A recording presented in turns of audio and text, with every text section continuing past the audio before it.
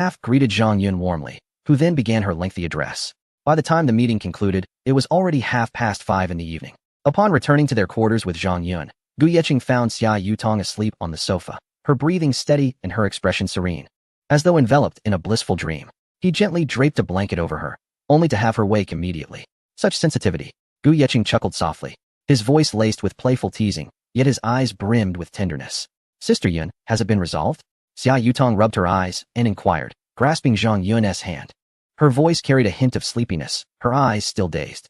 Gu Yeqing felt exasperated. He was the one at the center of it all. Why did his women engage in such discussions? He shook his head helplessly, internally muttering his frustrations. Let us go out for dinner and a stroll, Gu Yeqing suggested lazily, his tone imbued with a sense of ease. Chapter 273, The Peace Hotel. The Peace Hotel, one of the oldest establishments in Kyoto, boasts a history that stretches back over a century. Renowned for its unique status and mysterious background, it is a place where troublemakers think twice before acting, primarily due to the formidable individuals who stand behind its reputation. Those who enter the Peace Hotel are expected to set aside their grievances. Any disputes must be resolved outside its premises, where the hotel remains neutral. After securing a reservation online, Gu Yeqing and his companions drove to the hotel, the sleek lines of their Koenigsegg cutting through the air, accompanied by the roar of its powerful engine.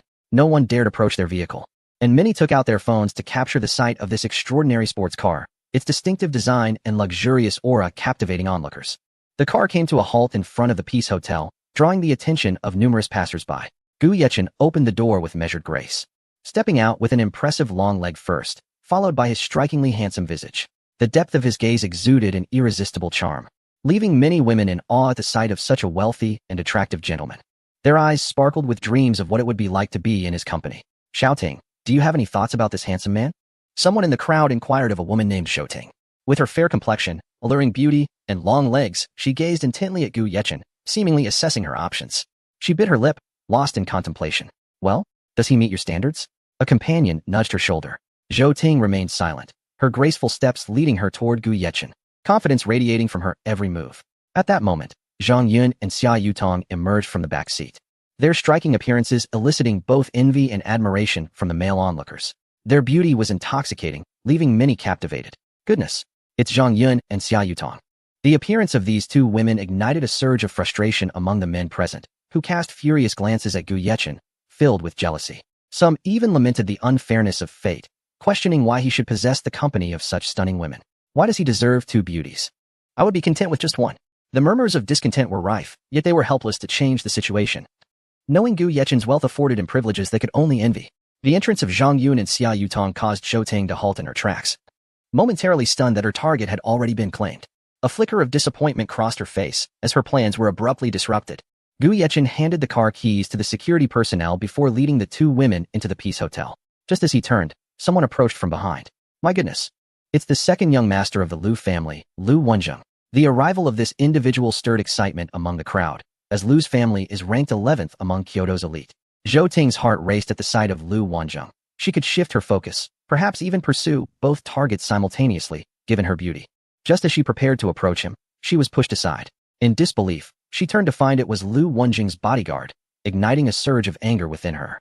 Make way. Several bodyguards cleared a path for Liu Wenjing, their rough demeanor shoving the surrounding crowd aside, while Gu Yeqing and his party continued walking. One individual reached out to grab Zhang Yun. With heightened awareness, Gu Yeqing reacted swiftly, seizing the man's wrist and eliciting a pained cry. Release me. Who do you think you are to lay hands on me? The man shouted, fury evident in his voice, taken aback by the abruptness of Gu Yeqing's intervention.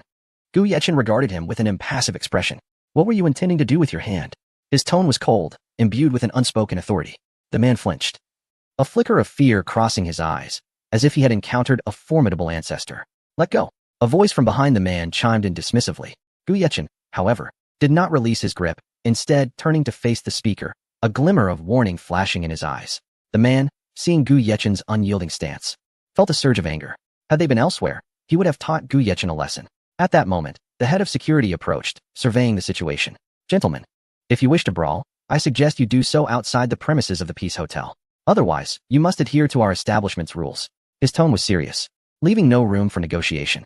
Humph, consider yourself fortunate, the man thought, his gaze lingering on Zhang Yun and Xia Yutong, a wicked glint of desire in his eyes. He plotted how he might claim both beauties for himself.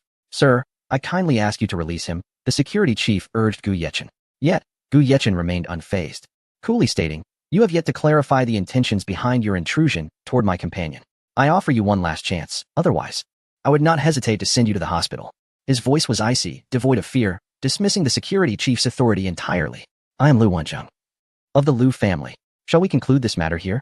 The man replied, his tone dripping with disdain, as he proudly proclaimed his identity, believing it would intimidate Gu Yechen. Unperturbed, Gu Yechen retorted, "I am inquiring whether he has any relevance to you. Who you are bears no significance to me." His voice turned frigid, locking eyes with Lu Wenjing, his disdain palpable. Lu Wenjing, expecting his name to evoke trepidation, found himself further enraged by Gu Yechen's indifference. "You have some nerve. I will take care of your women," he declared, gesturing for his men to drag Gu Yechen away. His demeanor was brazen, disregarding the surrounding environment entirely. The head of security's expression darkened, emanating the aura of a sixth-tier warrior. The overwhelming force he exuded sent the bodyguards attempting to seize Gu Yechen reeling back. His gaze held an implicit warning, instilling a sense of respect among the onlookers. "Young Master Lu, if you wish to cause trouble at the Peace Hotel, I advise you to reconsider," the security chief warned, his voice chilling, as if it had emerged from the depths of an icy abyss, sending shivers down the spines of those present. Lu Wenjing trembled slightly at the reprimand, realizing the potential consequences of his actions should his father learn of his misbehavior at the Peace Hotel. Gritting his teeth in frustration, he suppressed his anger, knowing that defiance against the hotel's rules could lead to dire repercussions. "Brat, don't let me catch you again. If you dare show your face outside, I will make your life a living hell while ensuring I take good care of these two." Lu Wenjing's gaze swept over Zhang Yun and Xia Yutong, his avaricious look evoking a profound discomfort, prompting him to turn and leave. Gu Yechen observed his retreating figure and coldly remarked, "Did I permit you to depart?" His voice, though not loud, reverberated clearly in every ear, imbued with an invisible pressure. Lu Wenjing paused, turning back to Gu Yechen, incredulous as he pointed to himself, asking, "Are you speaking to me?" His eyes brimmed with astonishment, taken aback by Gu Yechen's audacity to provoke him once more. Without uttering a word, Gu Yechen directed his attention to the bodyguard in Lu's company and stated, "It appears you are rendered speechless. Thus, I shall ensure you reside in the hospital for a while." His tone remained calm, yet it exuded a faint hint of dread. As Gu Yechen finished speaking, Gao Shi stepped forward with remarkable swiftness, seizing the bodyguard and escorting him out of the vicinity of the Peace Hotel. Moments later, anguished cries pierced the air. Gao Shi had shattered the bodyguard's limbs, leaving him with a multitude of broken bones, his survival now a matter of luck. Lu Wenjing watched this scene, his body shuddering slightly, gripped by fear at such ruthlessness. He felt no trepidation when he inflicted pain on others, but now, facing the wrath of another, he felt deflated. His complexion turned ashen, and his legs trembled involuntarily. "Mr. Lu, I hear you wish to kill me and make my existence a living hell?" Gu Yechen remarked with a smile, though the laughter merely intensified Lu Wenjing's cold sweat. To Lu, Gu's grin resembled that of a demon, instilling profound panic within him. At that moment, the security captain furrowed his brow and cautioned, "Young man, mercy should be shown when possible." His voice bore an undertone of persuasion, attempting to ease the tense situation. Gu Yechen disregarded him, focusing instead on Lu Wenjing. "I have a habit of eliminating those who wish to harm me.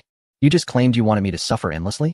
His gaze was as frigid as ice, fixed unwaveringly on Lu Wenjing. Intimidated by Gu Yechen's demeanor, Lu stammered nervously, "I was just joking. Please don't take it to heart." He sought to placate Gu Yechen and Apos' fury and turned to leave. "Do you expect me to accept your jest?" Gu Yechen replied with a smirk, his expression laced with scorn, showing no intent to relent. Lu Wenjing, mechanically turning to face Gu Yechen, queried, "What do you wish to do?" His voice quivered, entirely devoid of his previous bravado, yet as a member of the Lu family, he could not concede outright. "Sever your own arms, and I shall allow you to leave," Gu Yechen replied, unconcerned with Lu's lineage. Anyone who sought to harm him was his enemy. His tone remained serene, yet devoid of any room for negotiation. "Do not overstep, for I am a member of the Lu family. I care not from whence you hail." "This is Kyoto." Lu Wenjing's complexion soured, attempting to leverage his family's name against Gu Yechen. "Do not compel me to repeat myself," Gu Yechen replied with a faint smile, an air of murderous intent emanating from him, chilling the atmosphere around them. The security captain, witnessing this, positioned himself between them to prevent direct confrontation, while Lu Wenjing trembled, astonished by Gu Yechen's audacity to disregard him entirely. His body quaked incessantly, his eyes reflecting sheer terror. "Do you intend to obstruct me?" Gu Yechen's icy gaze fell upon the security captain, his words sharp as a blade, causing the captain's heart to quail. As a sixth-tier martial artist, he was taken aback by the anxiety this young man instilled in him. His heartbeat quickened, beads of cold sweat forming on his brow. Suppressing his trepidation, he declared, "This is the Peace Hotel. No disturbances are allowed here. If you wish to fight, do so outside." His tone was laden with gravity.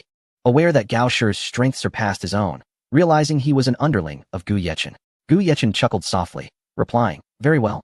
Drag him out and break his limbs." As soon as he finished, Gao Shi stepped forth, reaching for Lu Wenzheng. In an instant, Lu Wenzheng was yanked backward by a middle-aged man who stood before him, asserting, "Young man, why resort to such measures? Our young master did not mean any harm. Let this matter rest, shall we?" His voice was deep and resonant, carrying an undeniable authority. Upon speaking, the man unleashed a formidable aura, that of a peak 6th-tier martial artist, causing the crowd to stagger back several steps. The oppressive atmosphere grew tense around them. Gu Yechen shielded Zhang Yun and Xia Yutong, regarding the imposing middle-aged man before him, who bore a rugged visage. Yet in Gu and Appo's eyes, he was inconsequential. Gao Shi disregarded the man and Appo's presence and charged forward. The two figures vanished from the confines of the Peace Hotel. With the middle-aged man still shielding Lu Wenzheng, Gu Yechen followed, and many onlookers trailed behind, drawn by the unfolding drama, with Zhang Yun and Xia Yutong close behind. While Qin Lang and Gao Xian stood in their wake. Youth, impetuosity, is not a virtue. Some matters are beyond your reach. Chapter 274. Youthful impulsiveness. The middle-aged man spoke to Gu Yechen, his gaze piercing as he fixed his eyes upon him. Fully aware that Gu Yechen was the true leader in this scenario, he understood that addressing Gao Shi would bear no fruit. His eyes carried a hint of warning. Attempting to dissuade Gu Yechen from pursuing this confrontation, resembling a cold arrow, sharp and frigid. Youth must be bold. As for me, I have never sought trouble. But if anyone dares to provoke me or those around me, I shall not shy away from the challenge. Upon finishing his words, Gu Yechen nodded towards Gao Shi.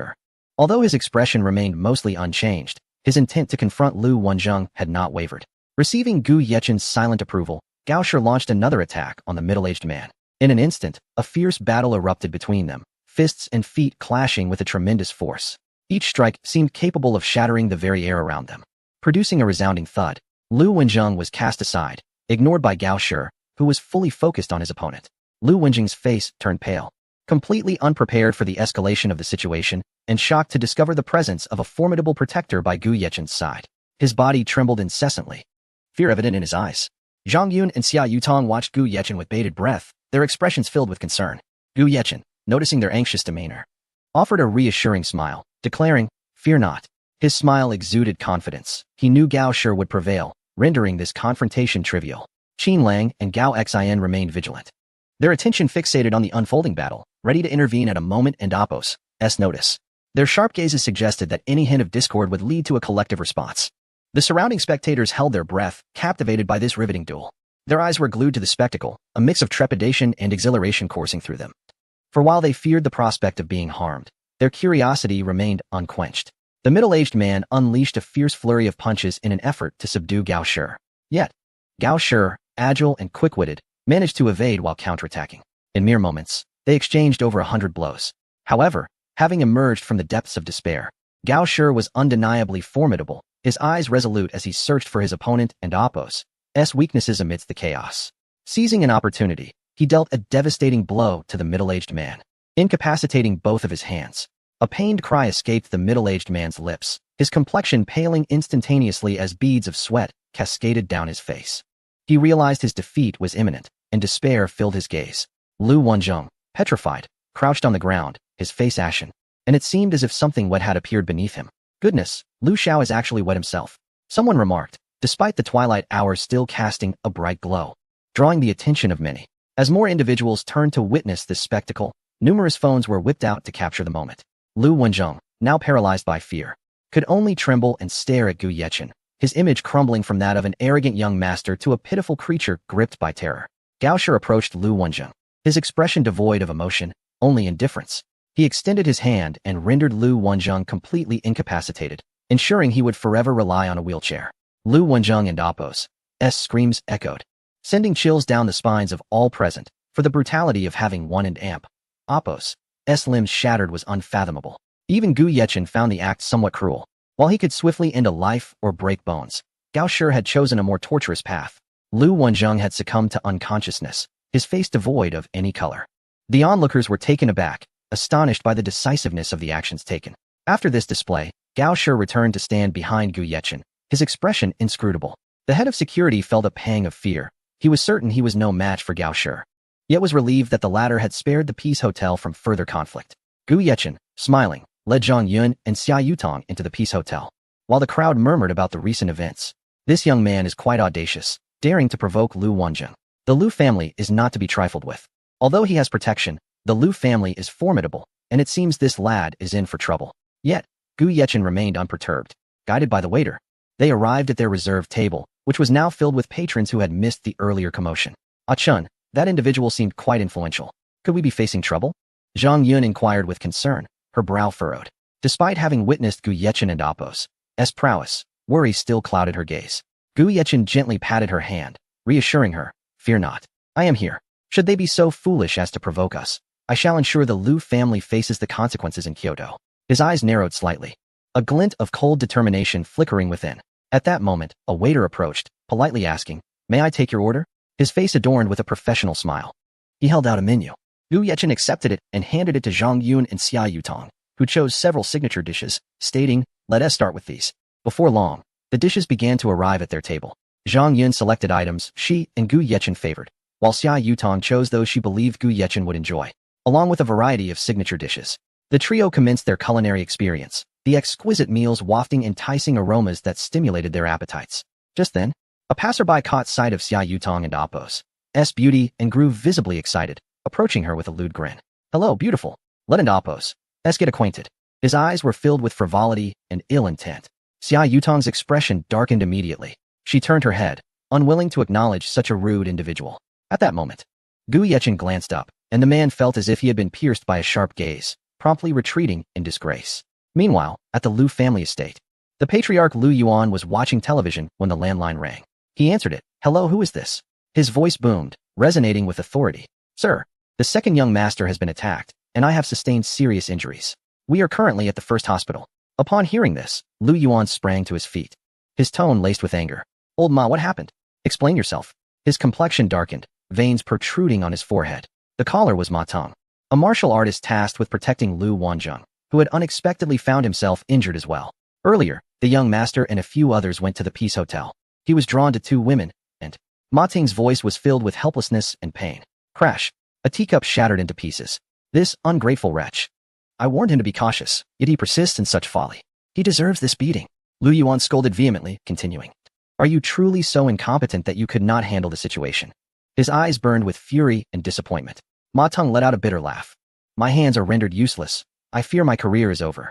The young master, too, is incapacitated." His voice dripped with resignation. "Damn it. Not only did they strike my son, but they also left him crippled?" Lu Yuan seethed, unable to contain his outrage. His son may have deserved a reprimand, but it was unacceptable for outsiders to lay a hand on him. He paced the room, contemplating a strategy. "Sir, the assailant seems to be quite influential and possesses ruthless methods. A mere bodyguard matched my strength, but he has extensive combat experience," Ma Teng warned. Lu Yuan snorted dismissively. "Regardless of who he is, anyone who dares to harm a member of the Lu family will undoubtedly face dire consequences." The following day, Gu Yechen visited the headquarters of Sheng and Appo's Group, a grand establishment of considerable scale and remarkable presence. Today, Gu Yechen intended to assess the situation, possessing 100% equity. He recognized that others no longer held any authority. Observing the company's development was indeed necessary. Gu Yechen left Gao Shigao and Gao Xian to protect Zhang Yun and Xia Yutong, while he took Qin Lang to Sheng Group, also making a call to his secretary and assistant. Throughout the journey, he pondered the company and Appo's issues. Upon entering the building, he proceeded directly to the chairman and Appo's exclusive elevator. At that moment, a man stepped forward, blocking their path. "Wait, who are you? You cannot use this elevator. Please go to the other side." A security guard in uniform stated sternly, his gaze scrutinizing and dutiful. Gu Yechen frowned but refrained from responding. After all, the man's professionalism was commendable. Gu Yechen merely produced a card and swiped it, causing the elevator to open immediately. The guard quickly realized his error and exclaimed, "Good day, Chairman," in a hushed tone, yet loud enough for Gu Yechen to hear. "You've done well," Gu Yechen replied with a smile as the elevator doors closed. The guard marveled to himself, astonished at encountering the newly appointed chairman. The company had been discussing the change, yet he had not expected to meet the new chairman so soon, who appeared quite approachable. Upon arriving at the chairman's office, Gu Yechen pushed the door open and discovered an older man inside, likely around 55 years of age. Gu Yechen gestured to Qin Lang, who remained in a neighboring room. "You entered without knocking? Get out and knock on the door," the man said without looking up, his tone laced with dissatisfaction. Gu Yechen chuckled lightly, amused that he had been reprimanded upon his arrival. The sound echoed clearly in the quiet office, prompting the slightly graying man to glance up at Gu Yechen, his pupils widening in shock and even trembling. His complexion paled instantly, cold sweat forming on his forehead. Director Gu, the man stood up, nervously gazing at Gu Yechen, surprised by his presence and mortified at having just told him to leave. At that moment, he wished to slap himself for his previous words, filled with regret. You certainly carry an air of authority, Gu Yechen remarked with a smile, settling onto the sofa, casually crossing his legs as he scrutinized the man before him. Director Gu, I apologize. I took the liberty of presiding over this office as you had not arrived. Overstepping my bounds, the man, now feeling overwhelmed, tried to justify his actions. Gu Yechen remained silent, having already gleaned information about the man from the system. He was vice chairman in Foam, a man seeking greater power. Seeing Gu Yechen absent, he had seized the opportunity to taste the sweetness of authority. But Gu Yechen was not one to let him off easily. At that moment, a woman of exceptional poise entered, surprised to see Gu Yechen. She hurried to his side, exclaiming, Director Gu, you have arrived? Her voice was melodious and filled with delight.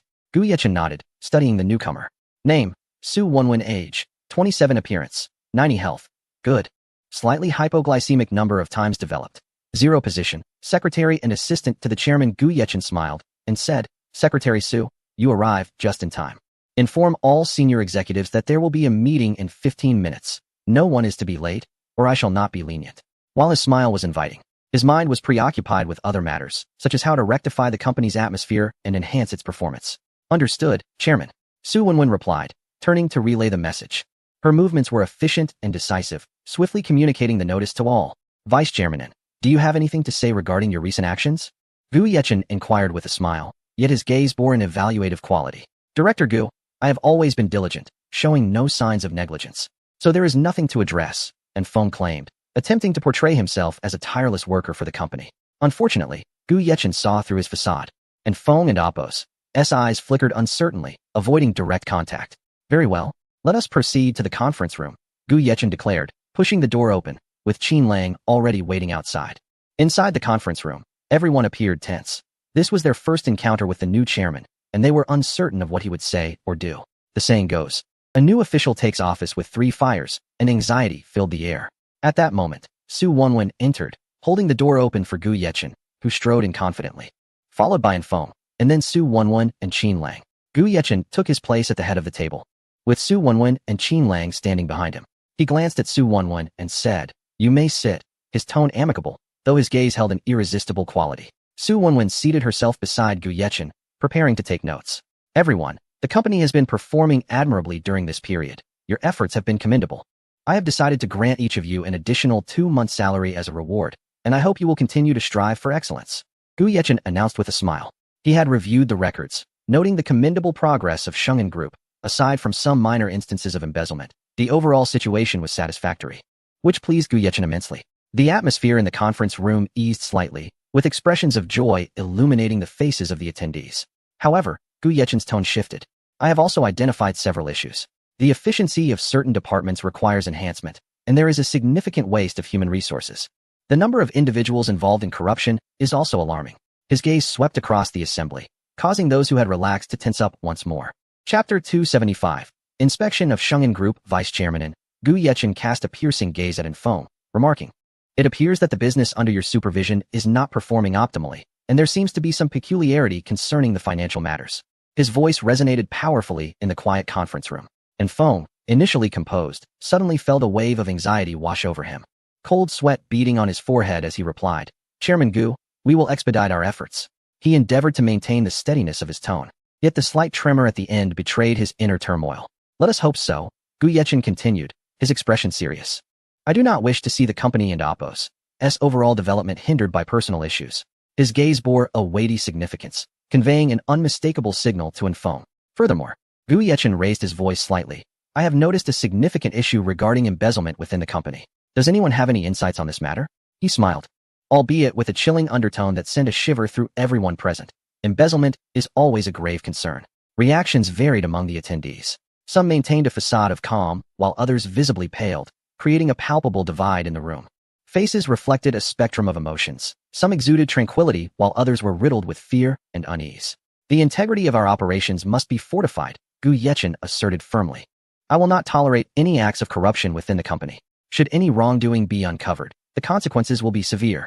As he concluded, he placed a stack of documents on the table, the weight of which felt like a sledgehammer striking the hearts of those present. Vice Chairman In, shall I disclose the matter, or will you confess?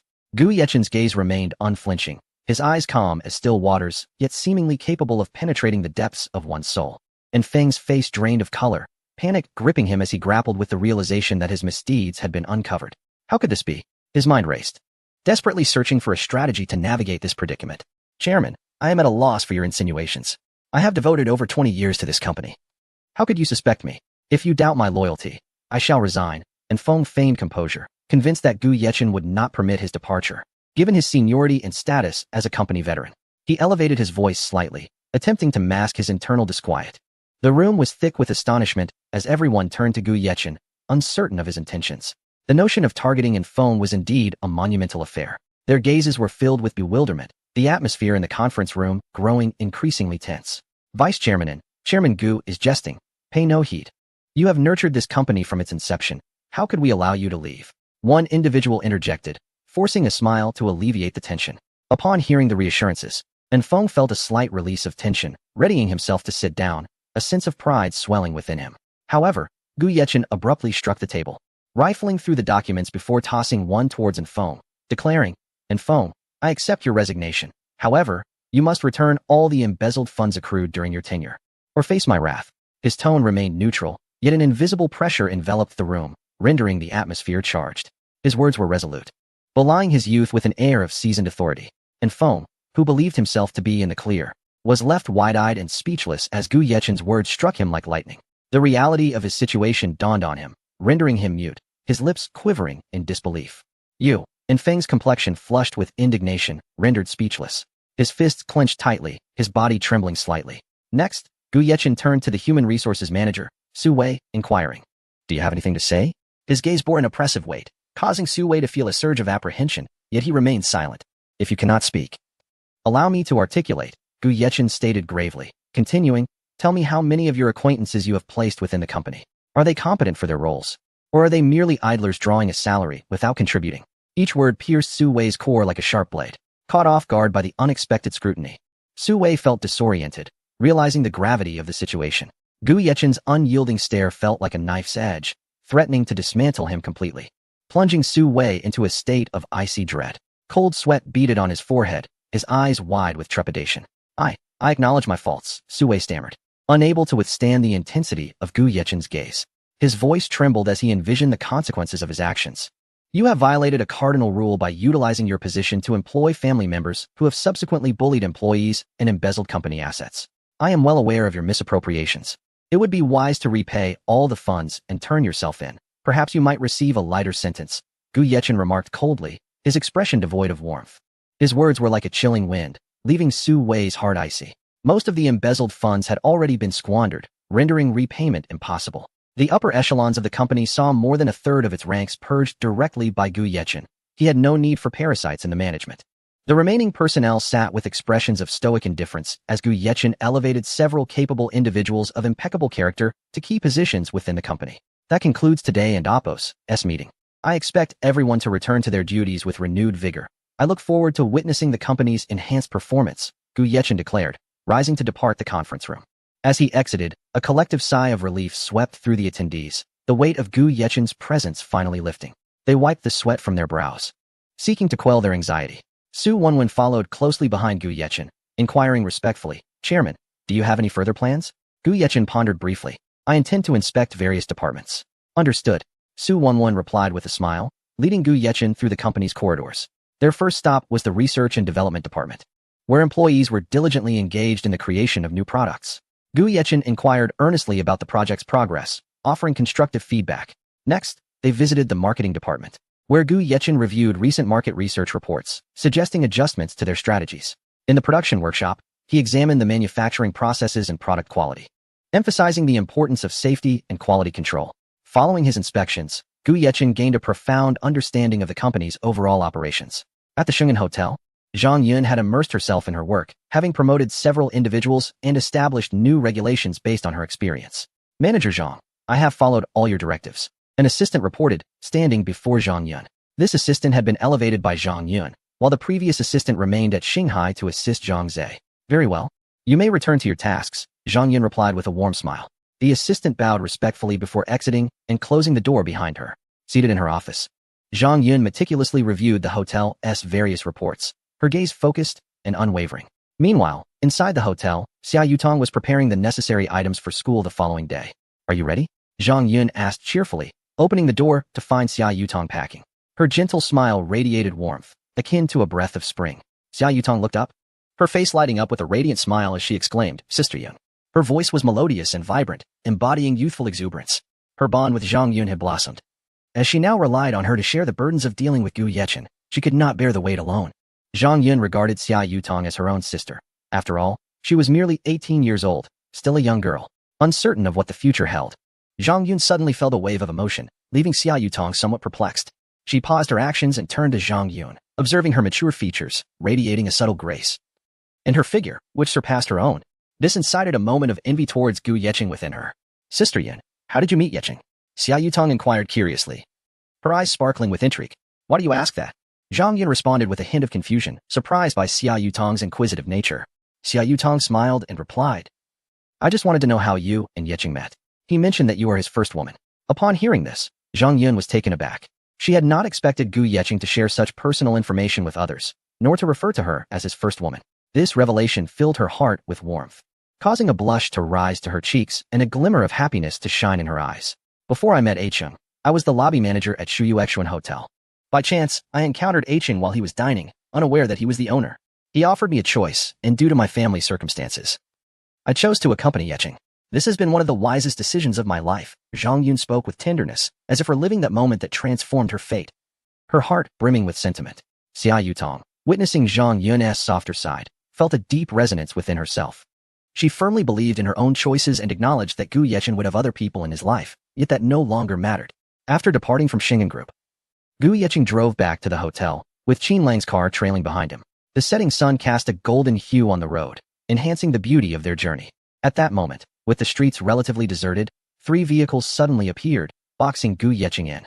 The emergence of these 3 cars was abrupt, akin to fierce beasts encircling their prey. Sensing something amiss, Qin Lang accelerated, crashing into the vehicle on the right. A loud bang echoed as metal collided, reverberating through the street. Gu Yechen slammed the brakes, halting his vehicle, while Qin Lang positioned himself directly in front of Gu Yechen. From the 3 vehicles emerged 4 6th-tier warriors, 2 7th-tier warriors, and several more blocking Gu Yechen and Apos' path. Their silhouettes appeared particularly formidable in the sunset and Apos' glow, emanating an air of menace. At the forefront stood a middle-aged man with streaks of gray in his hair. Despite his white hair, his eyes glinted with vitality, and he was in the mid-range of 7th-tier warriors. His gaze was sharp, resembling that of a hawk, evoking a sense of dread. He approached Gu Yechen and spoke. Are you the one who injured my family's second young master? His voice was deep and commanding. Second young master? Gu Yechen frowned, puzzled. He recalled Lu Wenjing, as his only conflict since arriving in Kyoto had been with him, and perhaps Lu Fei, who likely remained unaware of his presence in Kyoto. Thus, these must be Lu family's men. Quite an impressive display. Is Lu Wenjing dead? Gu Yechen chuckled, his tone tinged with a hint of sarcasm. His laughter was laced with defiance, revealing no fear of the formidable adversaries before him. Silence. You dare speak like that after injuring my family's second young master? Have you considered how you will meet your demise? The middle-aged man's expression darkened at Gu Yecheng's words. He had received orders for a life-or-death situation, but capturing Gu Yechen alive was preferable. His face grew grim, veins bulging on his forehead. Many have spoken to me in a similar manner, but most have ended up dead or incapacitated. Have you thought about how you wish to perish? Gu Yechen retorted with a smile, though his eyes turned frigid. His gaze was as sharp as ice, piercing into the middle-aged man, sending chills down his spine. The middle-aged man was taken aback, astonished by Gu Yecheng's audacity to remain composed before a 7th-tier warrior, which inadvertently elevated his respect for him. Arrogant, a mere child. It seems you've yet to learn your lesson. Allow me to loosen your bones. With that, he waved his hand, and several 6th-tier warriors charged at Gu Yecheng with ferocity. Seeing this, Qin Lang stepped forward, and one 6th-tier warrior launched a punch at him, which Qin Lang deftly evaded, countering with a powerful strike to the warrior and Apos' chest, sending him crashing to the ground with a pained cry. Your men are lacking, Gu Yecheng mocked, his tone dripping with disdain, further enraging the opponent. The middle-aged man's expression darkened further as he realized the threat posed by Qin Lang. All of you attack together. Quick battle, quick resolution, he commanded loudly. Instantly, numerous warriors surged towards Gu Yecheng and Qin Lang, and the battle was imminent. Qin Lang charged like a fierce tiger, striking left and right, each move imbued with tremendous power, repelling one enemy after another. Meanwhile, Gu Yeqing stood back, calmly observing the unfolding situation, prepared to intervene at any moment. Is this all you can muster? The Liu family is hardly impressive, Gu Yeqing taunted. Furious, the middle-aged man personally charged at Gu Yeqing. Just then, Gu Yeqing swiftly dodged the middle-aged man's attack and countered with a punch, using 50% of his strength to engage him directly. Bang! A powerful clash erupted, sending shockwaves through the air. The middle-aged man staggered back several steps, while Gu Yeqing remained steadfast, unmoved. The middle-aged man was secretly astonished by Gu Yeqing's strength. I didn't expect you to possess such capability, the middle-aged man remarked. There's much more where that came from. Gu Yeqing retorted fearlessly, pressing forward once more. Chapter 276, Annihilation. I underestimated you. Come again. The middle-aged man had only exerted 60% of his strength, yet he was unexpectedly forced back, compelling him to take the situation seriously. Just as he was about to attack, he noticed that Gu Yeqing's aura had significantly intensified. A flicker of surprise crossed his eyes, and the initial disdain he held vanished in an instant, replaced by utmost concentration. I didn't expect you to conceal your capabilities so deeply. Upon observing the formidable presence emanating from Gu Yeqing, the middle-aged man was momentarily taken aback, realizing that Gu Yeqing was also a 7th-tier martial artist, and his strength was on par with his own. His pupils constricted slightly, and an unsettling premonition surged within him. As he beheld the oncoming fist technique, the middle-aged man's expression turned aghast, for Gu Yeqing was employing the 8 Extremes fist. The ferocious and potent strikes bore an unstoppable momentum, as if they could obliterate any obstacle. He hastily summoned his strongest powers and retaliated with a punch of his own. Upon collision, the middle-aged man was instantly sent flying, suffering a grievous blow to his chest. A distinct cracking sound echoed, unmistakably the sound of bones fracturing. This is impossible. The middle-aged man spewed a mouthful of blood, his entire being exuding a sense of weakness, visibly drained, with his chest slightly caved in and over 70% of his sternum shattered. His face was etched with disbelief as he endured immense pain, unable to fathom that he would be so easily defeated by a youth. You have already reached the pinnacle of 7th-tier martial artists, and your physique is astonishingly robust, truly formidable. I never expected to be vanquished by someone so young. After uttering these words, the middle-aged man collapsed completely, having been subdued by Gu Yeqing with merely a single strike of the 8 Extremes fist. His body thudded heavily to the ground, stirring up a cloud of dust as he gasped for breath. The remaining individuals observed this scene in a daze. The middle-aged man had been the strongest among them, yet he could not withstand even a single blow. How could they possibly continue? Their eyes brimmed with fear, and the confidence and fighting spirit they once held dissipated in an instant. Isn't this akin to smashing an egg against a stone? Yet, despite their trepidation, this group did not retreat, for they had come with a mission, unwilling to abandon it without achieving their goal. Another 7th-tier martial artist, witnessing this spectacle, was struck with shock. He had exchanged hundreds of blows with Qin Lang, merely finding himself at a slight disadvantage. Yet here was another opponent even more formidable. What was the point of this? Fear gripped his heart, and he regretted coming here. He swiftly retreated at lightning speed, desperate to escape the scene.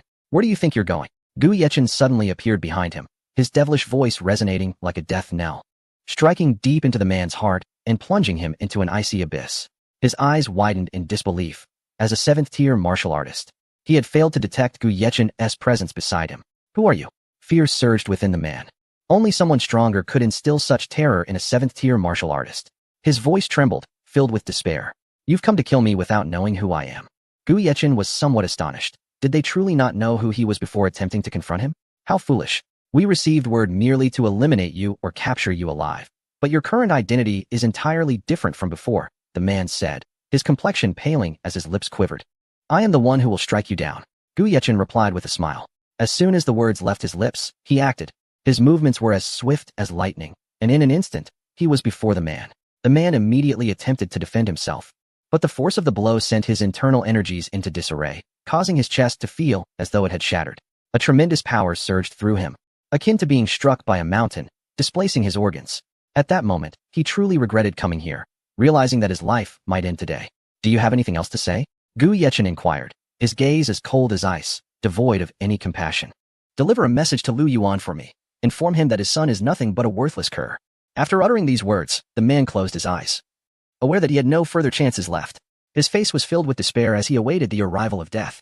Gu Yeqing took out his phone, activated the camera, and said, repeat what you just said. I'll record it and send it to him.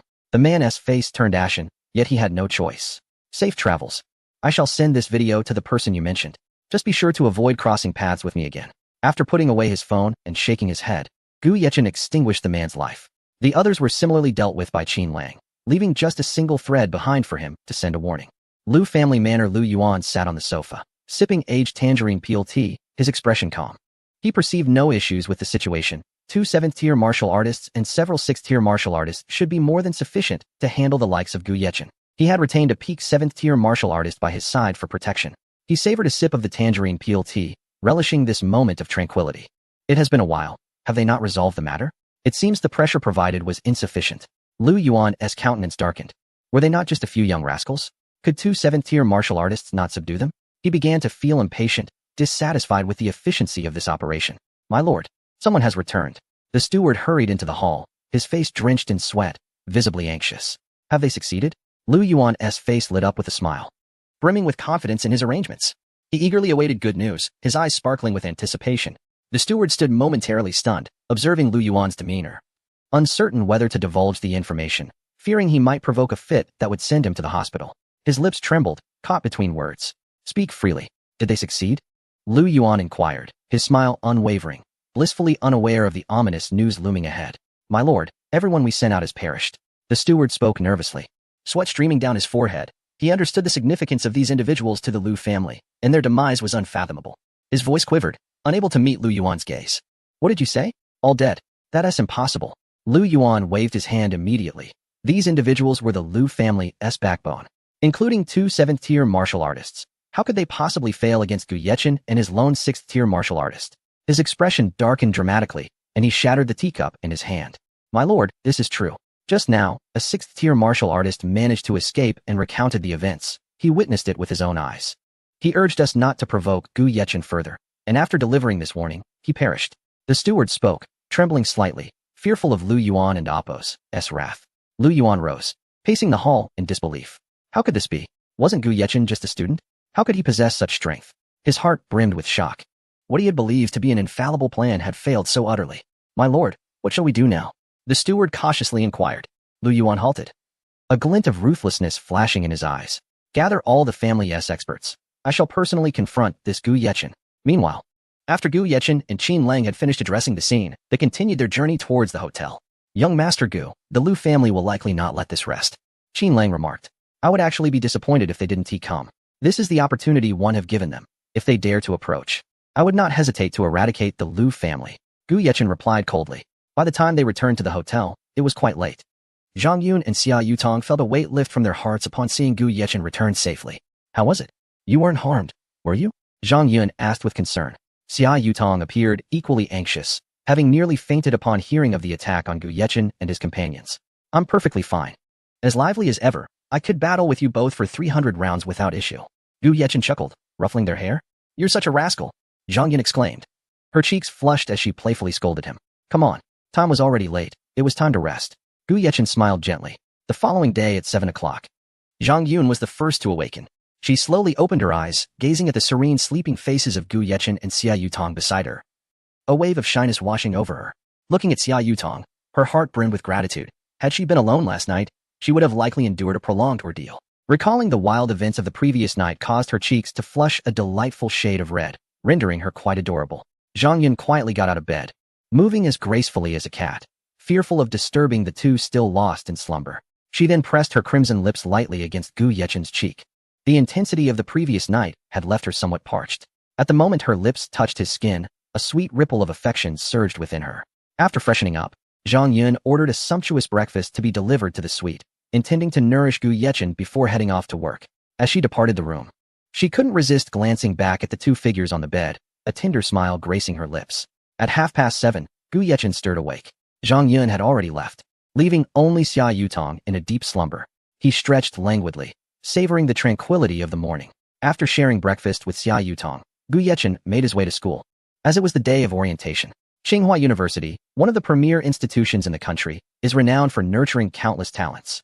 The campus is adorned with lush greenery, and the architecture exudes a grand academic aura.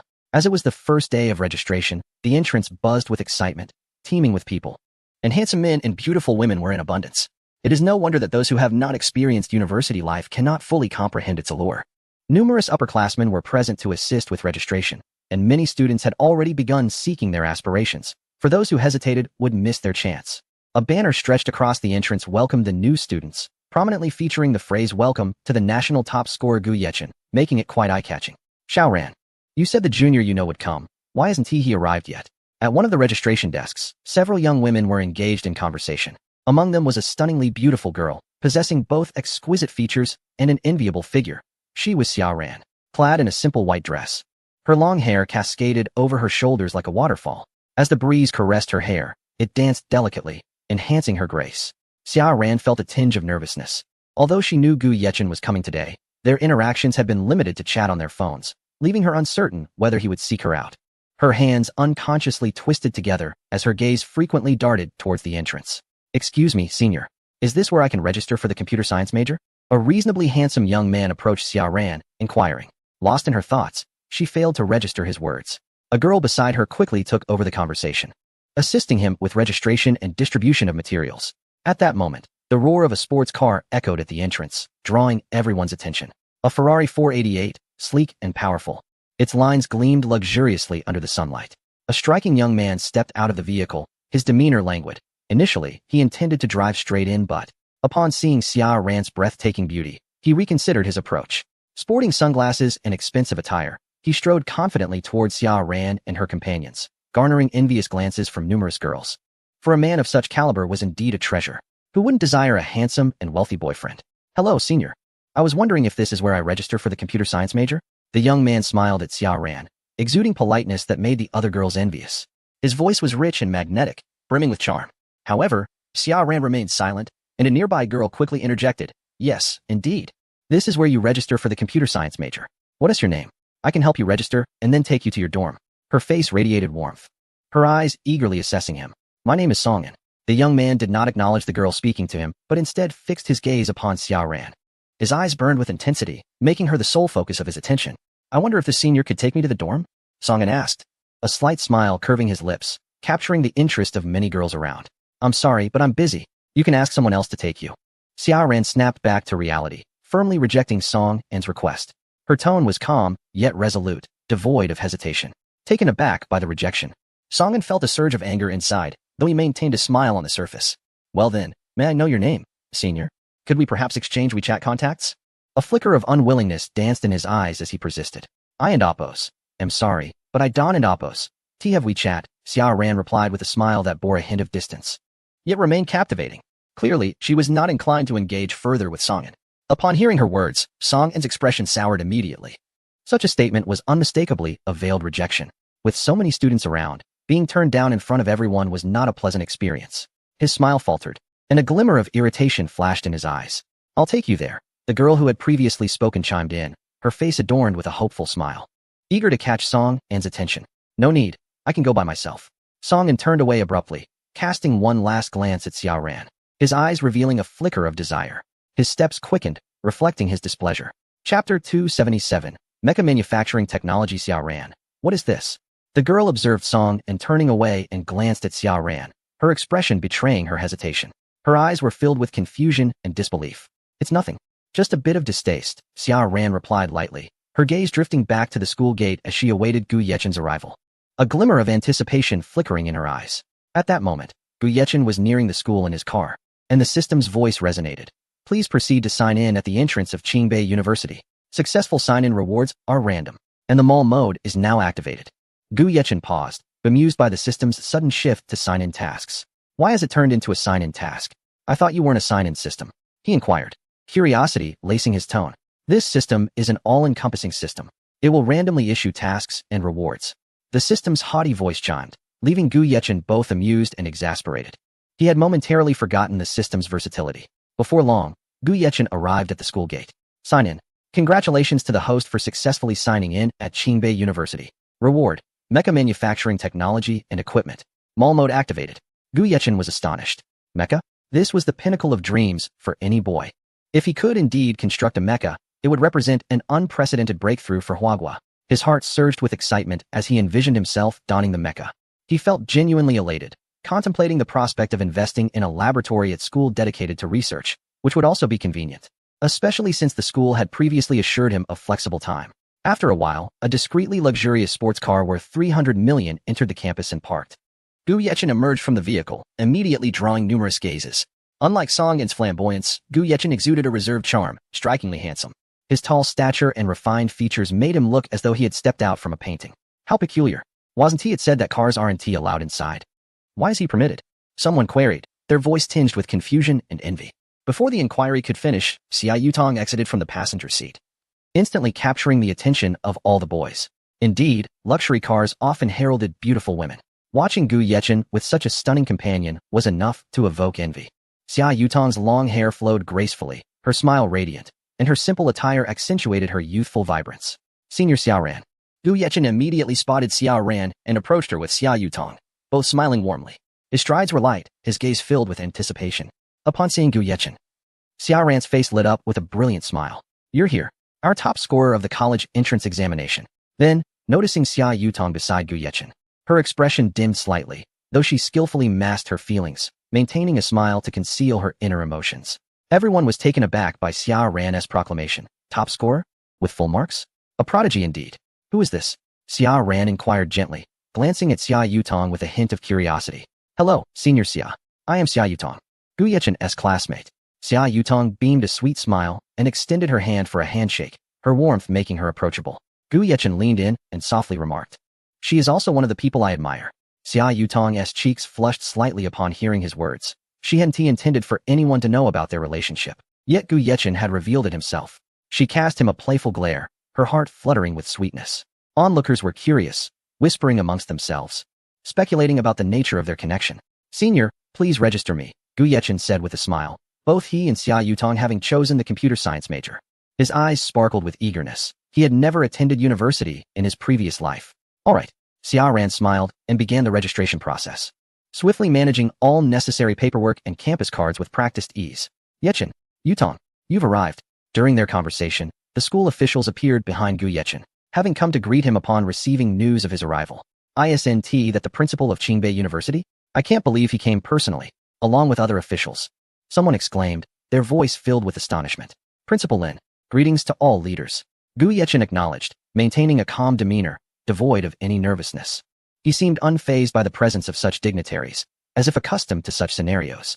Thank you for choosing Qingbei University. Principal Lin beamed, his joy palpable, especially with the top 2 scorers of the college entrance examination now enrolled at their institution, causing Kyoto University to likely feel envious. Come with me to my office. I have matters to discuss.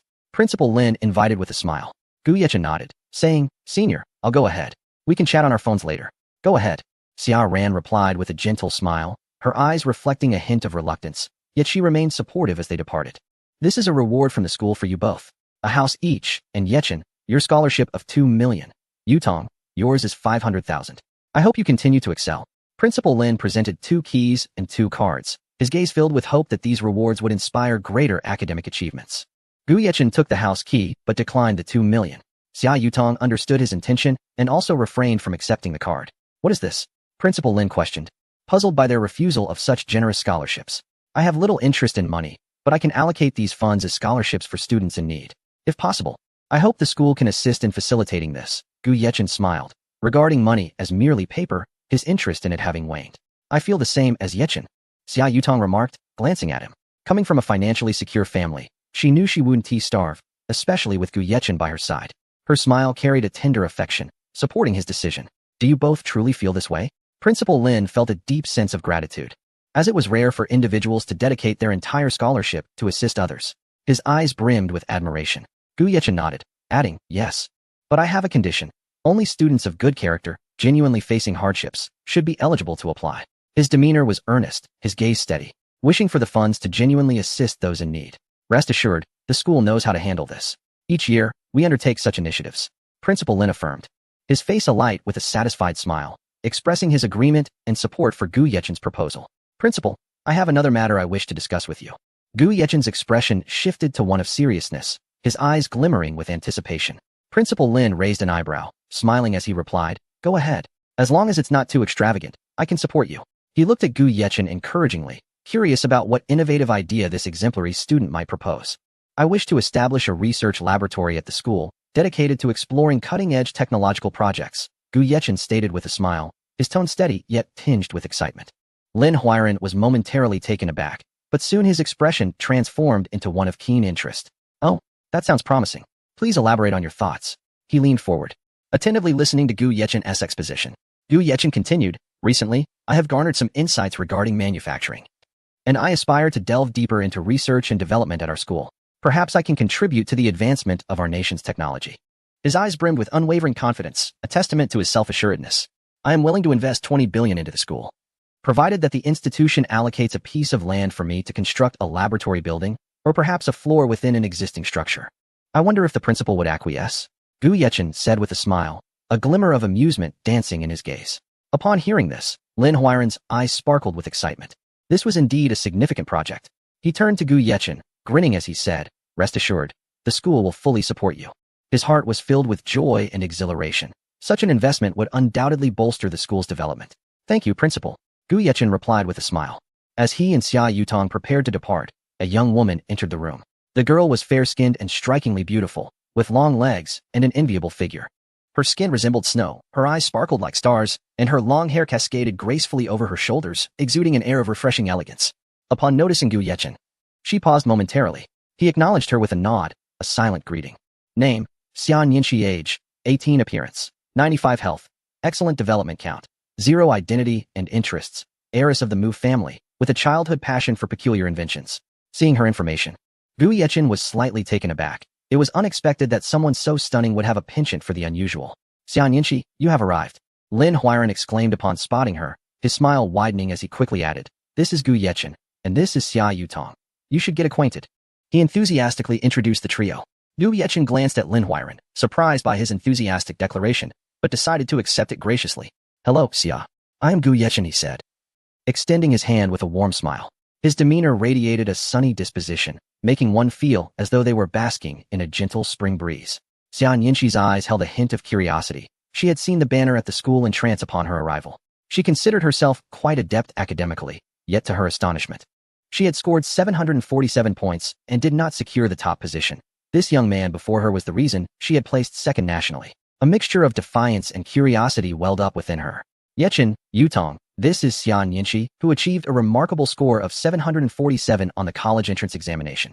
Just shy of Yechen's score. Lin Huiran exclaimed, his face alight with pride and satisfaction for the school's exceptional students. Indeed, I hadn't anticipated that Xia would be so impressive. I hope to have the opportunity to learn from you, Gu Yechen said with a smile, his tone humble, devoid of arrogance or pride. Xia Yutong observed Xian Yinshi's scrutinizing gaze towards Gu Yechen with a hint of perplexity, while Gu Yechen regarded Xian Yinshi with a gentle expression. It was clear to Xia Yutong that Gu Yechen had ulterior motives in mind, and she felt a sense of exasperation at his apparent pursuit of romantic interests. She let out a soft huff, inwardly criticizing Gu Yechen's flirtatious nature. You flatter me, but if I'm not mistaken, Gu Yechen achieved a perfect score on the national exam. If you require guidance, it may be quite challenging to gain admission to Tsinghua or Peking University, Xian Yinshi remarked with a smile, her confidence radiating a unique charm. Lin Huiran produced a key and a card and handed them to Xian Yinshi. Here, Yinshi, this is the housing and scholarship the school has promised you. Thank you, Principal, but I would prefer to leave the scholarship for those in need. I am not currently in want of funds, Xian Yinshi replied resolutely, taking the key without hesitation. Lin Huiran was taken aback that all 3 students declined the scholarship, leaving him perplexed.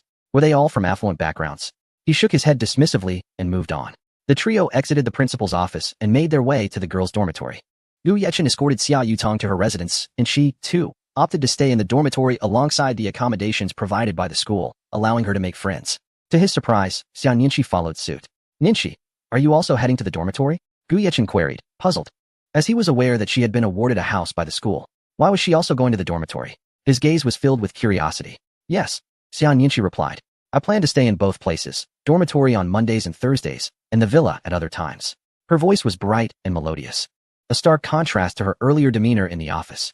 I feel as though you are reading my mind, knowing precisely what I am thinking, Gu Yechen remarked, somewhat bemused. He shrugged, taken aback by Xian Yinshi's intentions. Everyone has their own preferences. I am merely following my own path, she said, her face alight with a confident smile, steadfast in her choices. By the way, Yutong, what a coincidence that we share the same surname. Which dormitory are you in? Xian Yinshi inquired, her eyes sparkling with friendliness and curiosity. I am in dormitory 302, Xia Yutong replied with a smile. What a coincidence. I am also in dormitory 302, Xian Yinchi exclaimed. Her disbelief evident. She had not anticipated that they would share the same residence. Xia Yutong's eyes widened in surprise. How remarkable was this coincidence? She began to worry for Xian Yinchi. Given Gu Yechen's charm, how long could she resist? As they walked, the trio engaged in light-hearted banter, the atmosphere relaxed and enjoyable. Upon reaching the girls' dormitory, Gu Yechen assisted the two in carrying their belongings upstairs, knowing that this privilege was fleeting. Boys were typically not allowed in the girls' dormitory. After bidding them farewell, he proceeded to his own dormitory. Chapter 278. Roommates in the male dormitory 503. Gu Yechen ascended the elevator, finding another young man already present. Upon entering, the man immediately greeted him with a broad smile, exclaiming, "Bro, what's your name? Where are you from?" His exuberant demeanor seemed to dissolve any barriers between strangers. "My surname is Gu, and my given name is Yechen. I hail from Shanghai City," Gu Yechen replied, appreciating the man's warmth. Although he only possessed a score of 87 in looks, he was quite robust and tall. Gu Yechen reciprocated the friendliness with a smile. "I and Oppos, Chi Zichuan. You can call me Lao Pao." Chi Zichuan's boisterous nature intrigued Gu Yechen, who found his carefree attitude quite refreshing. Lao Pao. That name sounds somewhat familiar, Gu Yechen mused. A hint of confusion crossing his brow as he racked his brain for any recollection associated with it. Chi Zichuan paused for a moment, puzzled as to how Gu Yechen could find his name familiar, considering this was their first encounter. His expression was a mixture of bewilderment and curiosity. After a brief contemplation, Gu Yechen's eyes lit up with realization as he asked, "Have you ever participated in live streaming and sent gifts?" It dawned on him that his friend, Good Son, also went by the name Lao Pao, which explained the familiarity. Chi Zichuan appeared taken aback, astonished that Gu Yechen was aware of his streaming activities. Could they be acquainted? It seemed improbable. His mouth agape in disbelief, he struggled to find words. Lao Pao, as if recalling something, took out his phone and sent a message to Gu Yechen. A moment later, Gu Yechen's phone chimed. Lao Pao was left speechless, grinning awkwardly at Gu Yechen as he remarked, "Brother Gu, I never expected our paths to intertwine so fortuitously." Gu Yechen narrowed his eyes, a subtle smile gracing his lips. He found Lao Pao to be quite agreeable, and the revelation that they were dorm mates delighted him. What a serendipitous encounter. "Good Son, I never anticipated running into you here." He playfully patted Lao Pao's shoulder, eliciting a bemused response from the latter. "Don't take advantage of me. Have you forgotten what you said during the stream?" Gu Yechen chuckled softly. Just then, a knock on the door signaled the arrival of another individual. Both Gu Yechen and Lao Pao turned to see a rather handsome young man enter, his features slightly more refined than Lao Pao's. His eyes sparkled with clarity, reminiscent of a well-behaved boy. "Hello, I am Zhang Ziyuan. Please take care of me." The young man introduced himself, his sincere smile radiating warmth and comfort. "Hi, I am Chi Zichuan, and this is Gu Yechen," Lao Pao said, draping an arm around Gu Yechen's shoulder. Almost immediately, another young man sauntered into the dormitory. "Well, it appears our dormitory is now complete." A strikingly attractive young man leaned against the doorframe, phone in hand, a pair of glasses perched on his chest, wearing a confident smile. "I am Mu Xiaohing," he announced with a grin. Once everything was settled, Mu Xiaohing suggested, "Shall we go out for a meal? We can sort everything else out later." His proposal was met with unanimous agreement from the group. At that moment, Gu Yechen's phone rang. Glancing at the screen, he recognized it was a call from Xia Yutong. He answered with a warm, gentle tone, "Hello, Xiaotong." The three other roommates looked on in astonishment, speechless as they awaited Gu Yechen's conversation. "Do you have some time?" Xia Yutong's melodious voice came through, sweet and gentle. "My roommates are inviting me out for a gathering. What about you?" Gu Yechen inquired, concerned that Xia Yutong might feel lonely and wishing to include her, unless her dormitory had plans as well. His tone was filled with care and thoughtfulness. "We are also planning a gathering. Would you like to join forces?" Xia Yutong asked, a mix of eagerness and anxiety evident in her voice. Uncertain how Gu Yechen would respond. "All right, let me check." Gu Yechen smiled, turning to his companions. "My girlfriend's dormitory wants to team up for a dinner. What do you all think?" His eyes sparkled with inquiry. Upon hearing Gu Yechen refer to her as his girlfriend, Xia Yutong's cheeks flushed crimson, prompting her roommates to stifle their laughter. The three young men were instantly animated, with Lao Pao exclaiming, "Absolutely. We can't turn down the chance to meet beautiful girls. Ask if they prefer lunch or dinner." Excitement radiated from his expression as he envisioned the lovely ladies. The others nodded in agreement. "We have no objections. Are you all set for the afternoon or evening?" Gu Yechen asked with a smile. 7 o'clock at Jinshang Fudi. Xia Yutong's sweet voice chimed, laced with anticipation and joy. "Great. See you tonight at 7. Gu Yechen replied cheerfully. After hanging up, his roommates gazed at him with excitement, exclaiming, "Brother Gu, we had no idea you were this impressive. To have a girlfriend right upon arrival and even arrange a gathering with the girls' dormitory. Gu Yechen, are you the one who scored full marks on the National College entrance exam?" Zhang Ziyuan asked, astonished. The other two roommates looked equally surprised, crowding around Gu Yechen in fascination. Lao Pao remarked, who would have thought we'd be sharing a dorm with a top scorer? Call me old man. Gu Yechen shot a stern look at Lao Pao. The other two were left bewildered, unsure of what to make of Gu Yechen and Apos S and Qi Zichuan and Apos S banter. What are your birth dates? We should determine the hierarchy. Gu Yechen queried, his expression serious, as he recognized the significance of this matter. After some deliberation, they established that Gu Yechen was second, Zhang Ziyuan was the oldest, and Lao Pao was the youngest, despite his towering height. The four of them ventured to the school cafeteria for a meal before the evening gathering. In the cafeteria's priciest restaurant, they placed their orders and settled at a table. It was the first day of registration, and the crowd was overwhelming, so much so that if they hadn't arrived early, they likely wouldn't have found seats. The cafeteria buzzed with the lively chatter of new students, filled with laughter and dreams for the future. Just then, a group approached Gu Yechen and his friends, eyeing their table. The leader, a tall young man, emanated an air of arrogance, flanked by a few lackeys. This table is ours, you need to move, the young man declared with an air of entitlement. Gu Yechen raised his head, glancing at him coolly. We arrived first, we're already seated here. Kid, don't be ungrateful. Do you know who I am? The young man's expression darkened, issuing a threat. Lao Pao couldn't contain himself, rising to assert, it doesn't matter who you are. We're not moving. Zhang Ziyuan and Mu Xiaohing echoed their resolve not to yield. Chapter 279. Why do some people always seek trouble? At that moment, the restaurant manager approached, having heard the commotion. His steps were hurried, beads of sweat glistened on his forehead, and upon surveying the scene, he appeared somewhat troubled. There are simply too many patrons today, we cannot accommodate everyone. If there are no available seats, I kindly ask you to wait for a moment or consider dining elsewhere. Please refrain from causing any disturbances here, as we are all from the same school, he spoke, striving to maintain a calm demeanor, though his eyes betrayed a hint of helplessness. In an instant, the leader of the group delivered a sharp slap, causing the manager's head to turn. A resounding crack echoed in the air, leaving a distinct handprint on his face. Who gave you the audacity to speak to me in such a manner? Summon your manager, the man demanded, his expression dark and menacing. Few dared to confront him, and his eyes brimmed with fury and arrogance. At this juncture, the restaurant manager, alerted to the situation, approached. He paused momentarily upon recognizing the man. Young Master Lu, what brings you here? He inquired. A look of astonishment and apprehension etched across his face, clearly taken aback by Lu Kuan's unexpected presence. This is your employee? How dare he suggest that I leave to eat elsewhere? I came here to extend you a courtesy, and you would have me leave? The man bellowed, his voice rising several decibels, drawing the attention of those around him. However, upon realizing his identity, they quickly turned their heads away, evidently intimidated. Lu Kuan was a member of the influential Lu family from Kyoto, a cousin of Lu Fei, known for his arrogance and disregard for others. Fully aware of his family's power and privilege, raised under the family's protection, he had developed a haughty demeanor. The manager gestured for the staff member to step aside and turned to Lu Kuan with a fawning expression. Might I inquire what young Master Lu intends?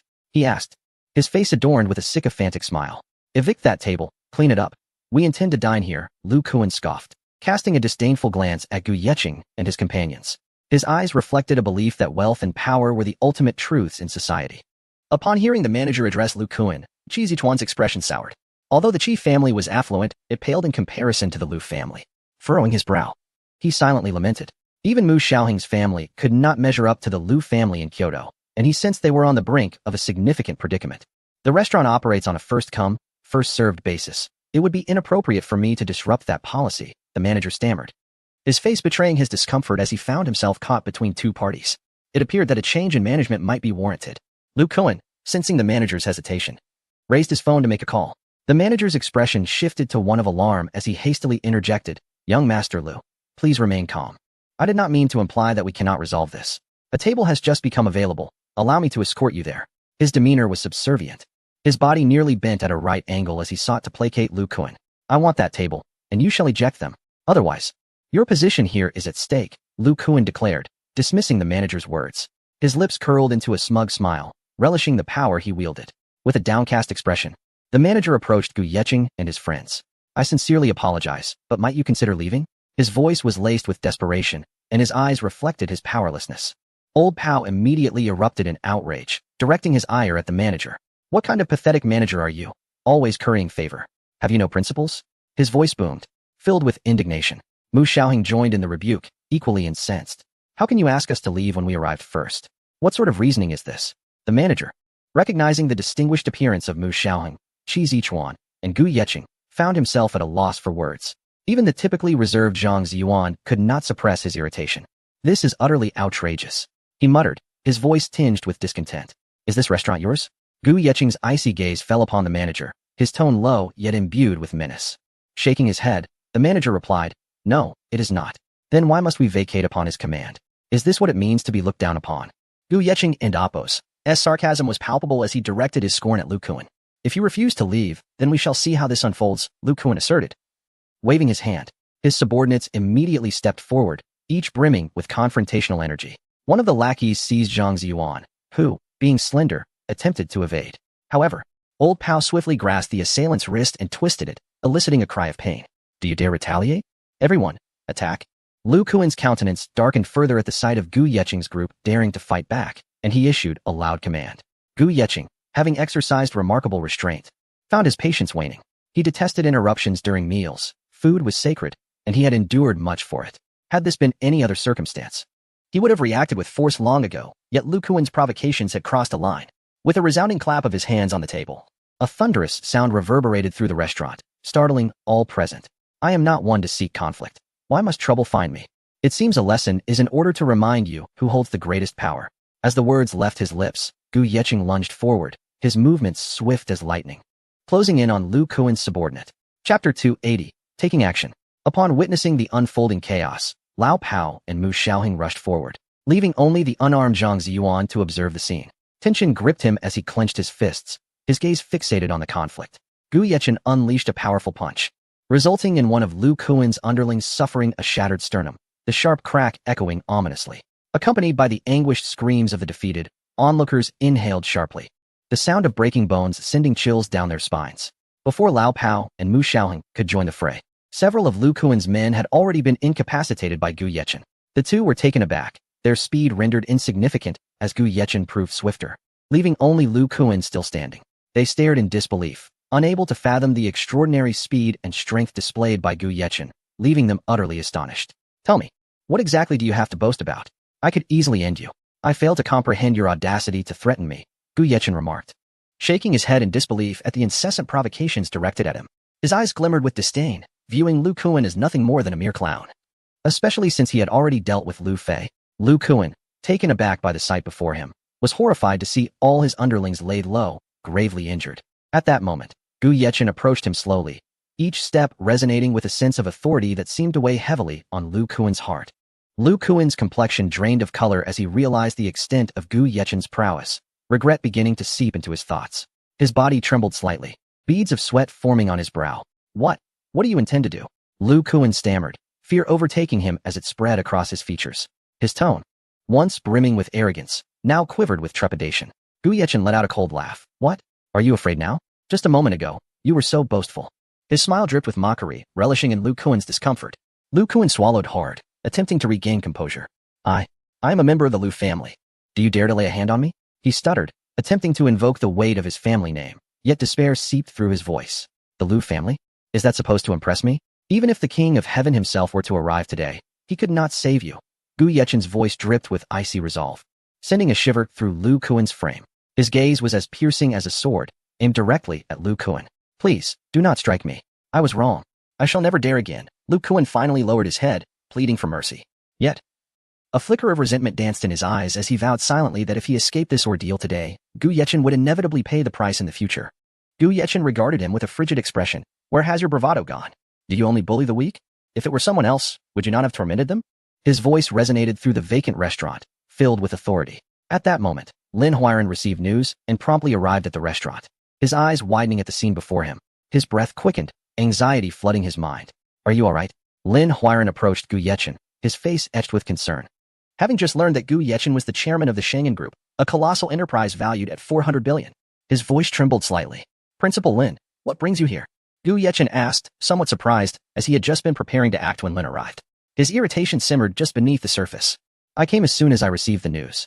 How are you? Lin Huiran inquired, his eyes filled with worry as he scrutinized Gu Yeqing.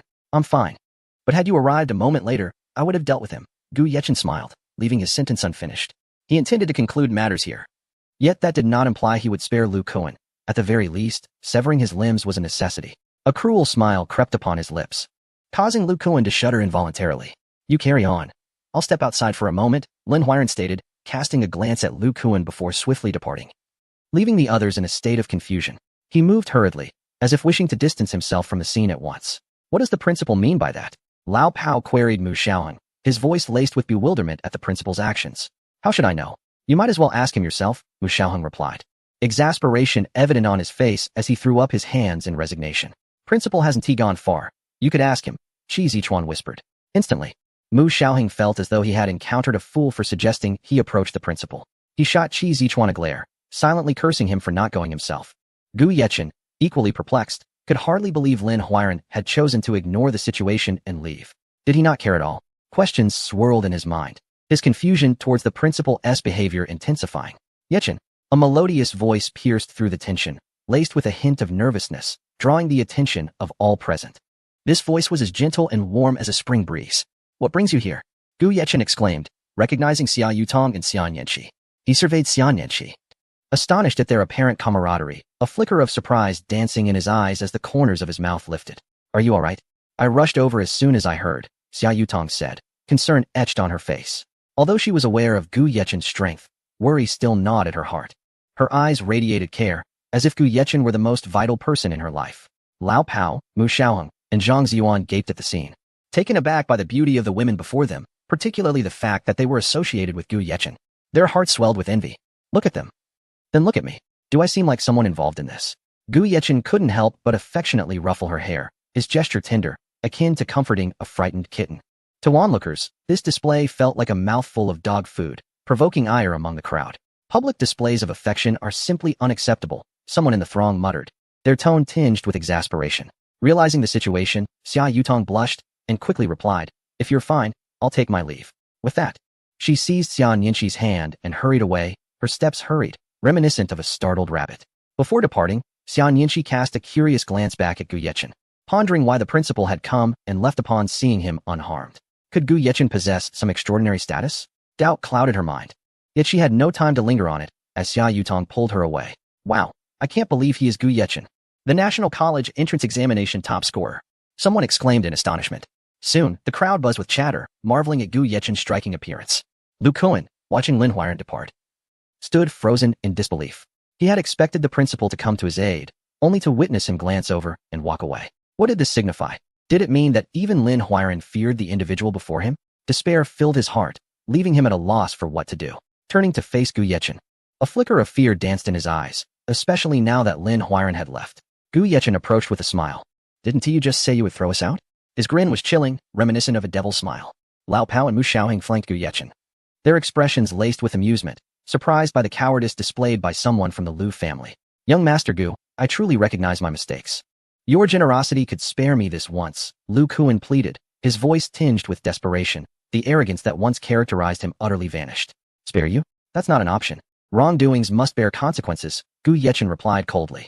Gu Yechen, do not think that your status as the top scorer intimidates me. I am a member of the Lu family.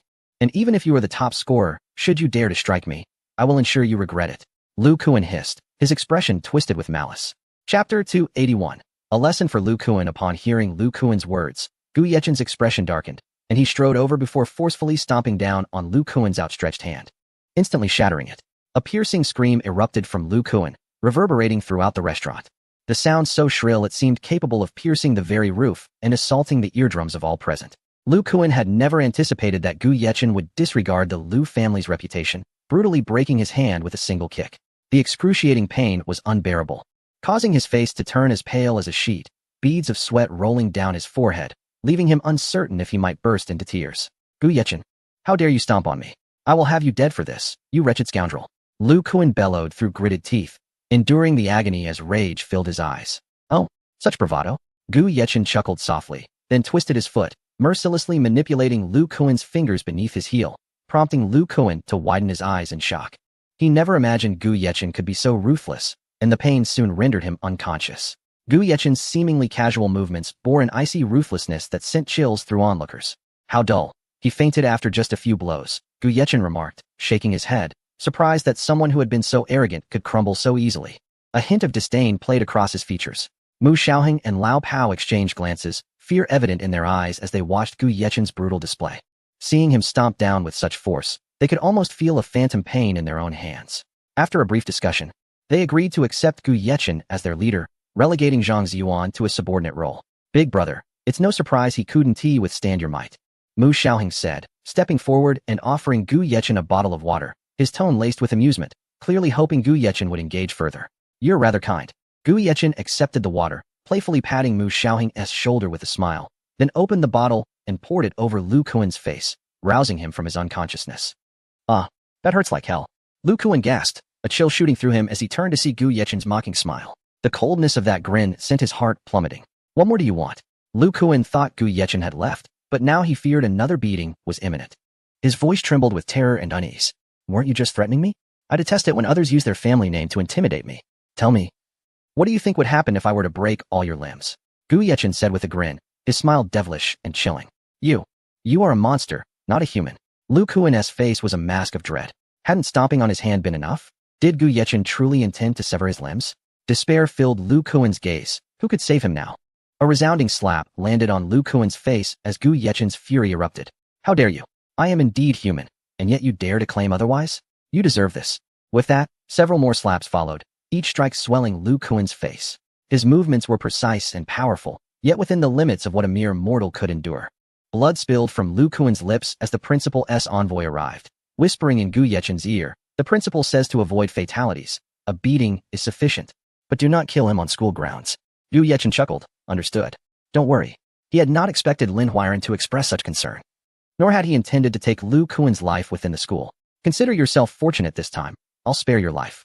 Outside, however, I would not hesitate to end you. Gu Yechen glared at Lu Kuan, who trembled at the intensity of that gaze, as if it could kill.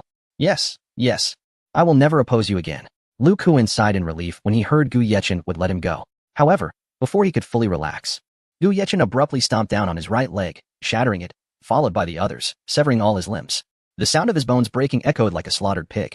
And Lu Kuan could hardly comprehend that Gu Yechen had truly gone that far. How dare he? He, Lu Kuan, belonged to the Lu family, one of the 5 great families of Kyoto. How could Gu Yechen act so brazenly? Gu Yechen, may you meet a terrible end. The Lu family will never rest until you are dead. Lu Kuan uttered his curse, only to succumb to unconsciousness. Though his words were filled with malice, they lacked strength. Witnesses to the scene were filled with dread at Gu Yechen's ferocity, fearing they too might meet a similar fate with a moment's inattention. Their eyes were wide with terror, holding their breath in silence. Gu Yechen shook his head, exhaling softly. This guy is still cursing me, even in unconsciousness. His tone was tinged with helplessness. Lu Kuan was dragged away, likely to remain incapacitated for months. Let us eat, Gu Yechen said as he returned to the table with Lao Pao and the others. The manager, upon seeing Gu Yechen, felt too intimidated to utter a word. In another dining area, Yutong, what is your relationship with Gu Yechen? Are you truly dating? Xian Yinshi inquired, with the others chiming in. Exactly, Yutong. You looked so anxious earlier. It was clear you were worried about him. Yet you claim you are not dating. How can that be? Fong Baiwei questioned. Her eyes filled with curiosity, fixated on Xia Yutong. Come clean, Huang Jitao added with a playful grin. They were all Xia Yutong's roommates, each possessing notable beauty and amiable personalities, quickly bonding together. We are high school classmates, very close. He saved my life, once when we were younger. Though it seems he has forgotten, Xia Yutong replied, her gaze dimming at the recollection. Once, she had been abducted by human traffickers. And it was Gu Yechen who had rescued her. Without him, she could only wonder where she would be now. A hint of sorrow colored her voice as the memory brought both warmth and pain. Do you have feelings for him, or is it merely gratitude? Fong Baiwei asked with concern, knowing that if it were just gratitude, there were many ways to express it. However, from Xia Yutong's earlier demeanor, it seemed she had developed feelings for Gu Yechen. After a moment of silence, Xia Yutong gently nodded. I like him. From the moment he saved me, I have liked him. Though Gu Yechen had several women in his life, and she noticed the way he looked at Xian Yinshi, she felt that ultimately, Xian Yinshi would share her fate. Yet, she found solace in the fact that someone could share the burden of dealing with Gu Yechen's formidable power. After finishing their meal, Gu Yechen made his way to the principal and Appo's office. Chapter 282, Lu Kuan and Appo's downfall. Principal Lin, you summoned me? Gu Yechen entered the office and saw Lin Huiran engrossed in his documents. Smiling, he walked in with an air of composure. Please, take a seat, Lin Huiran said, setting aside his papers to regard Gu Yechen with a gentle gaze. Yechen, do you have any grievances with Lu Kuan? He inquired. Although he had refrained from intervening earlier, he recognized Gu Yechen as a top scholar and the chairman of Shungen Group. His actions in public must have stemmed from significant provocation. Me and him, Gu Yechen replied. Somewhat puzzled, did the principal not inquire thoroughly? Initially, there was no animosity. He merely attempted to throw me out of the restaurant. He waved dismissively, exhibiting a nonchalant demeanor, treating the incident with lightness. However, Lin Huiran perceived the gravity of the situation. Attempting to expel a top scholar was utterly unacceptable. In that case, he ought to take a break and reflect on his behavior, he stated sternly, his eyes conveying a resolute disapproval of such misconduct. We have a laboratory at the school, constructed to the highest standards, spanning 4 floors, with each level containing independent labs and an automated exit at the top. I wonder if this meets your requirements? Lin Huiran proposed, his expression hopeful, eager for the laboratory to satisfy Gu Yechen's needs. Gu Yechen was taken aback. A top-tier laboratory? Wouldn't that be remarkably effortless to procure? He responded decisively, yes, I'll take it. Without hesitation, he transferred 20 billion to the school's account, as he had previously committed, confident that his wealth was more than sufficient. As Lin Huiran began to speak, his phone rang. He paused, then answered, hello? Principal, a sudden transfer of 20 billion has appeared in our school account. Should we report this? The voice on the other end was filled with astonishment. Such a large sum was indeed shocking. Lin Huiran and Appos' eyes widened as he turned to Gu Yechen. Did you do this? Gu Yechen nodded, smiling. As agreed, 20 billion for the laboratory dedicated to my research. His smile radiated a sense of carefree spirit. Lin Huiran let out a resigned chuckle. All right, but do be cautious. I wouldn't want you to blow up the lab. His tone bore a hint of concern, as many students often mishandled experiments, though he held a deep trust in Gu Yechen. Rest assured, what I research will undoubtedly be a national asset, promising a qualitative leap. Gu Yechen shrugged, his eyes filled with determination. That is reassuring. I eagerly anticipate your findings. Lin Huiran replied, handing over the laboratory keys with solemnity, recognizing the significance of such a facility. Principal, do you still stand by your promise that I need not attend classes? Gu Yechen asked with a twinkle in his eyes. Absolutely, you may enroll as you wish, returning solely for examinations or attending classes at your convenience. Lin Huiran waved his hand, emphasizing that Gu Yechen's choice to attend Qingbei University was paramount. Thank you, Principal. Here is a gift for you, tea. Gu Yechen beamed, presenting a box containing 5 fragrant tea leaves that instantly captivated the senses. What kind of tea is this? Lin Huiran exclaimed, his curiosity piqued upon catching the aroma, certain he had never encountered such a variety. As he opened the package, an even more potent fragrance enveloped the room. Why only 5 leaves? And they appear freshly picked. Is it safe to drink? His voice carried a note of suspicion. This is no ordinary tea. Just 5 leaves are a treasure. Gu Yechen replied with a mysterious smile. Lin Huiran nodded, recognizing the exceptional quality of the tea. Come, Yechen, he urged, moving to the tea table. How do I brew it? Simply tear a few leaves and steep them in water, Gu Yechen instructed with a grin. Lin Huiran could hardly believe it. What kind of tea can be prepared so easily? Skeptically, he took a leaf, crushed it, and placed it in the teapot, pouring boiling water over it. The rich aroma quickly filled the room, intoxicatingly delightful. Splendid, Lin Huiran remarked, a smile creeping onto his face as he savored the fragrant brew. A familiar indulgence for someone of his age. Enjoy at your leisure. I must take my leave, Gu Yechen waved, clutching the keys as he departed. At Kyoto Hospital, Lu Kuan was rushed in for emergency treatment, while his parents anxiously awaited outside the operating room. Soon, Lu Fei's parents arrived at the hospital. What is the situation? Lu Yuan asked darkly, his anger palpable upon hearing of his nephew's injuries. His son had previously been assaulted in Shanghai, leaving him with a broken arm. And now this fresh calamity had occurred. His brows knitted together, his fury barely contained. The surgery is ongoing. According to the doctors, Kuan and Appos' limbs are all shattered. He may only live in a wheelchair for the rest of his life, Lu Kuan's father reported grimly, prompting tears to well up in his mother's eyes. She trembled, nearly collapsing in despair. What shall we do? Who could be so cruel? Investigate. We must uncover the perpetrator. Lu Yuan seethed, vowing vengeance against anyone daring to harm the Lu family. I have already initiated an inquiry. It seems a young man named Gu Yechen is involved, Lu Kuan's father revealed. Gu Yechen? That name rings a bell. Lu Yuan pondered, brow furrowed. He's the one who injured Feier in Shanghai. Lu Kuan's father reminded him. Ah, so it's him. Lu Yuan's expression darkened further. It was a case of old grudges resurfacing with new grievances. At that moment, the surgery lights dimmed, and the doctor emerged. Doctor, how is my son? Lu Kuan's mother implored anxiously. The doctor shook his head. His life has been saved, but the injuries to his limbs are severe. He will depend on a wheelchair from now on. Upon hearing this, Lu Kuan's mother fainted on the spot, while Lu Kuan's father was engulfed in despair. I will not let Gu Yechen escape unscathed. Lu Yuan roared in fury. Chapter 283. The Lu family scheme. Brother, what shall we do now? Lu Kuan and Appos' father gazed at Lu Yuan, anxiety etched across his features as he pondered how to navigate this precarious situation. First, we must investigate whether Gu Yechen has any background. His audacity upon arriving in Kyoto raises suspicions. He might have someone backing him. Let's ascertain the facts before making any decisions. Lu Yuan's expression was grave, an unsettling intuition gnawing at him. Gu Yechen was likely no ordinary individual. His brow furrowed in contemplation, weighing various possibilities. Before long, Lu Kuan regained consciousness. Bound in plaster, he lay helplessly on the hospital bed, a picture of frailty and distress. Mom, Dad, Uncle, Aunt. Upon seeing the newcomers, Lu Kuan called out weakly, his voice barely above a whisper, yet his eyes betrayed a flicker of defiance and indignation. How do you feel? His father scrutinized him closely, concern and sympathy evident in his gaze. It hurts a bit, but I'm all right. Lu Kuan managed a bitter smile. Astonished by Gu Yechen and Apos' prowess that had landed him in the hospital, his heart brimmed with resentment, longing to exact vengeance upon Gu Yechen. What transpired? Lu Yuan questioned sternly, a hint of ire lacing his tone. Nothing much. I went to eat but found no seats available, so I asked Gu Yechen and his friends to yield theirs. They refused, and I had someone teach them a lesson, not realizing they were so formidable. Lu Kuan shrugged, even in his incapacitated state, exuding an air of defiance.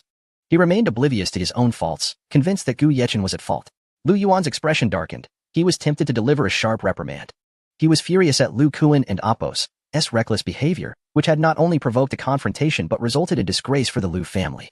Suppressing his anger, he admonished. Can't you use your brain? Father, uncle, we must teach Gu Yechen a lesson. Fei Gu was also injured by him. Lu Kuan's eyes glinted with malice. Gu Yechen had humiliated him in front of a crowd and broken his limbs. He would not rest until Gu Yechen lay dead, his expression contorted with hatred. Chairman, here is Gu Yechen's dossier. Lu Yuan's assistant presented a file. As Lu Yuan perused its contents, his countenance shifted dramatically, disbelief flooding his eyes. Brother, what's wrong? Lu Kuan's father noticed Lu Yuan and Apos' distress and inquired urgently, a foreboding sense rising within him. Gu Yechen is actually the chairman of Xing and Apos' and group. Lu Yuan sighed, bewildered. After all, Gu Yechen appeared too youthful to hold such a position. Yet, the evidence was irrefutable. Sheng and group was far more powerful than the Lu family, rendering any confrontation futile. A wave of helplessness washed over him. What? Lu Kuan's father snatched the dossier, the information striking him like a blow. Is it impossible to seek revenge on Gu Yechen? His hands trembled slightly, shock and incredulity etched on his face. Lu Kuan, too, was taken aback. He had merely seen Gu Yechen as an ordinary person, only to discover he was the chairman of Sheng Group. Are you jesting? Brother, what should we do now?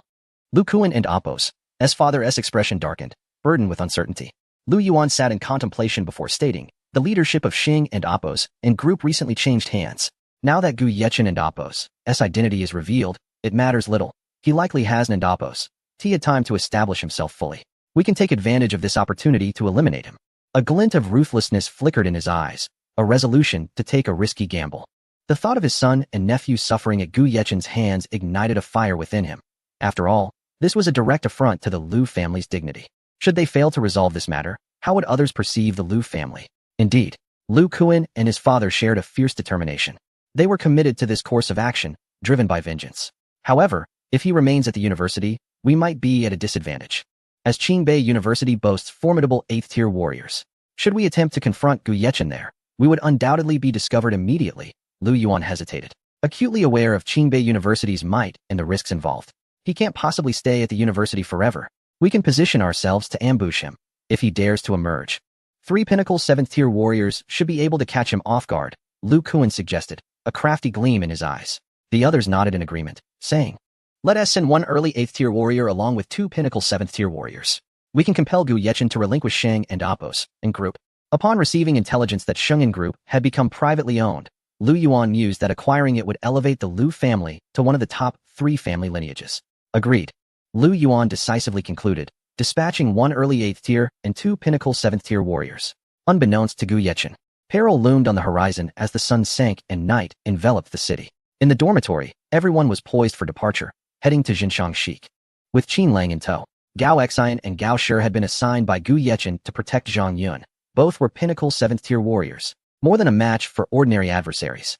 Walking ahead, Gu Yechen appeared relaxed, blissfully unaware of the impending danger. Xiaoheng, do you think tonight will be lively?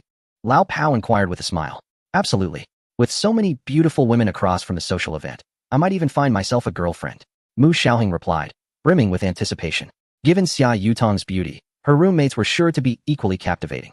They soon arrived at Jinshan Sheik, instantly enveloped by a vibrant atmosphere. Chapter 284.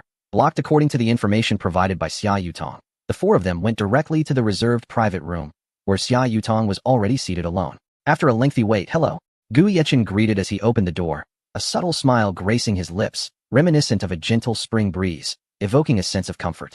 Upon entering, he sat right next to Xia Yutong, leaving her two roommates utterly astonished. Xia Yutong was the first to introduce, "These are my roommates, Xian Yanqi, Feng Baiwei, and Huang Zhitiao." She smiled sweetly, her eyes sparkling with a hint of happiness. "Hello, I am Mu Xiaohing," Mu Xiaohing exclaimed, his face aglow with enthusiasm as he surveyed the four girls, confidence radiating from him. His eyes sparkled with vitality. "I am Qi Zichuan," the sturdy old canon added with a smile that exuded a touch of sincerity. "I am Zhangzi Yuan," the last one chimed in, grinning at the others. "So, this must be classmate Gu Yechen?" Feng Baiwei inquired, her voice melodious, filled with curiosity and admiration. "Indeed, I am Gu Yechen," he replied, speaking with ease and composure, showing no signs of nervousness. The 8 individuals began to order their meals, the atmosphere warm and joyous. "I have heard Xia Yutong speak of you. Seeing you in person truly confirms her praises," Huang Zhitiao said with a smile, her eyes brimming with surprise, her lips curving upward. "Not too shabby, not too shabby," Gu Yechen remarked, casting a glance at Xia Yutong, his gaze imbued with affection. After their meal, the group headed out to sing and drink. 2 cars carried the 8 of them. However, they were unexpectedly blocked on the road, while Xia Yutong's vehicle remained unimpeded. Gu Yechen's expression darkened, sensing danger. His brow furrowed slightly, and his gaze sharpened with vigilance. "You all should leave first," Gu Yechen instructed the old canon, then opened the car door and stepped out, his voice low and serious. "I'll go with you," Mu Xiaoheng declared, but was promptly stopped by Gu Yechen. "You are no match for them. It would be best for you to leave. Rest assured, they cannot harm me," Gu Yechen asserted confidently, his expression calm and devoid of pressure. Mu Xiaoheng and the old canon hesitated, but ultimately chose to depart, understanding that if even Gu Yechen could not handle the situation, their presence would only be a burden. Worry filled their eyes, yet they chose to trust Gu Yechen. Gu Yechen exited the vehicle and advanced forward, his steps steady and powerful, exuding an aura of fearlessness. "You possess great courage. I must commend you," Lu Yuan remarked, observing Gu Yechen's decision to confront rather than retreat, his initial assumptions about Gu Yechen shifting. A flicker of surprise crossed his eyes, accompanied by a slight smirk. "I also find you impressive. I did not expect you to come in person," Gu Yechen replied, maintaining a composed demeanor, though his tone was frosty. His gaze bore into Lu Yuan like a piercing flame. "I had no choice. You are formidable. Thus, I must confront you directly. Though it may be unfair to have the advantage of numbers against you, it is as it is. Especially given how many have lost to you," Lu Yuan said gravely, his expression serious and brows furrowed. "And what do you predict the outcome will be this time?" Gu Yechen queried with a smile, surprised to see Lu Yuan here. His smile carried a hint of mockery, as if daring Lu Yuan to respond. "What do you think?" Lu Yuan retorted, clapping his hands as 2 early-stage 8th-tier warriors emerged beside him, their formidable presence chilling to the bone. "They are 2 8th-tier warriors from the Lu family. If my memory serves me right, you are a 7th-tier warrior. I wonder if you will be able to leave alive this time?" Lu Yuan and Appo's tone dripped with both threat and arrogance. "That is of no concern to you, Mr. Lu. If I manage to escape this time, it is likely that your Lu family's reign will come to an end." Gu Yechen replied with a slight smile, confidence radiating from him, impossible to overlook. Upon hearing this, Lu Yuan's expression darkened. He recognized the truth in Gu Yechen's words and understood that he could not afford to let Gu Yechen escape, lest the Lu family be doomed. Gritting his teeth, he commanded, "Attack. Go." With a wave of his hand, 3 7th-tier warriors surged forward, surrounding Gu Yechen with swift movements and murderous intent. The 2 8th-tier warriors chose to remain aloof, dismissing the notion of joining the fray against 7th-tier opponents, instead opting to spectate. Gu Yechen was taken aback by the sheer number of 7th-tier warriors from the Lu family. After all, he had previously defeated 2. Yet 3 remained now. A flicker of doubt crossed his mind, but he quickly regained his composure. "Prepare to meet your end." As his words fell, the 3 warriors launched their lethal strikes. Their movements were swift and fierce, cutting through the air with a menacing whoosh. Gu Yechen deftly sidestepped, breaking free from their encirclement and observing them. His agility was unmatched. Few could keep pace with his speed among his peers. Though they are 7th-tier warriors, their energy feels unstable. They do not seem to be true 7th-tier warriors, Gu Yechen mused with a slight smile, his tone casual as he assessed the trio before him, deeming them insignificant. Lu Yuan's expression shifted to one of surprise. He had not anticipated that Gu Yechen could discern this. The 3 7th-tier warriors, boosted by special means, were indeed inferior to their true counterparts. The countenance of the 3 7th-tier warriors darkened. Although they had relied on special methods to attain their level, they could still become true 7th-tier warriors with time. However, Gu Yechen's words ignited their murderous resolve. They charged forward with renewed vigor, but in an instant, one of them was sent flying by Qin Lang and Appo's powerful kick, his sudden appearance shocking everyone present. Gu Yechen sidestepped once more, delivering a devastating punch. Executing the 8 extremities fist with precision, striking one of the warriors down, rendering him incapacitated. His martial prowess was formidable, impossible to withstand. In mere moments, he had dispatched 3 7th-tier warriors, leaving Lu Yuan's face as dark as a pot's bottom. He had not anticipated Gu Yechen's strength. The speed at which he dealt with the 3 warriors was astonishing. Gu Yechen had not informed Qin Lang of his departure, unaware that Qin Lang had been following him. However, the 2 8th-tier warriors ahead would likely present a significant challenge. Gu Yechen produced a physical enhancement pill and handed it to Qin Lang. Upon seeing it, Qin Lang swallowed it without hesitation, feeling an immediate surge of power. Meanwhile, Xia Yutong and her friends had been waiting for a while, puzzled by the absence of Gu Yechen and the others. What is happening? Why haven't they caught up? Xia Yutong furrowed her brow, an unsettling premonition rising within her. Mu Xiaoheng and the others had not strayed far. They had called the police and remained where they were. Witnessing Gu Yechen's swift and lethal response sent chills down their spines. Do you think old Gu might come at us while we sleep? Qi Zichuan said, his voice trembling. Fear etched upon his pale face. Don't be ridiculous. Old Gu is not that kind of person, Mu Xiaoheng replied, though a hint of concern flickered in his eyes. Let us hope old Gu remains safe, Zhang Ziyuan added, his expression grave. Chapter 285. The early stage of the 8th rank is no match. 2 8th rank warriors stepped forward. Gazing at Gu Yechen. Kid, you're quite impressive. You've earned the effort of my brother and me. However, the one beside you seems lacking in strength. One of the 8th rank warriors chuckled, a hint of disdain evident in his smile. In his eyes, Qin Lang was utterly insignificant. Yet, Qin Lang did not retreat. Instead, he stood resolutely beside Gu Yechen, prepared to advance or retreat together. Uncertain of victory, he believed that if he could just hold off one of them for a time, they might secure a win. His gaze was unwavering, revealing a fierce determination. Lu Er, eliminate them. Lu Yuan's eyes blazed with fury, unable to quell the anger within. The Lu family's wealth had been nearly squandered by Gu Yechen alone, with 5 7th rank warriors and numerous 6th rank ones still remaining. His voice was nearly a roar, brimming with rage and indignation. The 2 8th rank warriors exchanged glances, and one of them lunged forward. Gu Yechen and Qin Lang charged ahead as well, their fists colliding. In an instant, Qin Lang was forced back 6 or 7 steps, his arm numb from the impact. He felt a surge of tremendous power coursing through his arm, causing his entire body to tremble. Gu Yechen, however, held his ground against one of the warriors and even seemed slightly stronger. The 8th rank warrior was taken aback, not expecting Gu Yechen to emerge unscathed from their exchange, a feat previously deemed impossible due to the vast gap between the 7th and 8th ranks. Astonishment filled his heart as he re-evaluated Gu Yechen. Well, this kid has some skills. To think he can spar with an 8th rank warrior. Come again. Luda felt exhilarated, having not anticipated such strength from a 7th rank warrior. A fierce fighting spirit ignited in his eyes. With a light grip of his right hand, a surge of energy erupted forth. Gu Yechen, refusing to underestimate the situation, met the blow head-on, and they clashed once more, achieving a stalemate. The collision of their formidable powers stirred a tempest, with dust swirling around them. Though Qin Lang stood at the pinnacle of the 7th rank, he struggled against the 8th rank warrior, unlike Gu Yechen, whose physique was exceptionally robust. He exchanged a flurry of blows with Lu Er, but found himself increasingly at a disadvantage. Nevertheless, he relied on his experience to hold Lu Er at bay, executing each strike with utmost precision, striving to buy more time for Gu Yechen. Gu Yechen and Appo's gaze sharpened, a faint aura of killing intent emanating from him. Luda paused, sensing a shift in Gu Yechen's energy, which appeared to be intensifying. An unsettling feeling arose within him, increasing his wariness of Gu Yechen's capabilities. I acknowledge your talent, but a genius who cannot grow is no genius at all. Luda unleashed an invisible malice directed at Gu Yechen, launching a punch that stirred the night winds, sending dust and debris flying, wielding unparalleled might. His strike seemed poised to tear through the tempest, fueled by lethal determination. In a flash, Gu Yechen evaded with utmost speed, swallowing a body-enhancing pill. The wall behind him was left with a gaping crater from the force of the blow.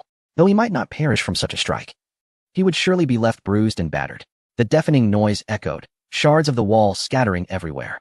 With a resounding boom, an aura of power emanated from Gu Yechen, significantly amplifying his presence. Luda stared at Gu Yechen in disbelief. Had he truly just broken through to the 8th rank? Why did Gu Yechen achieve this with such ease? His eyes widened in astonishment, unable to fathom the scene before him.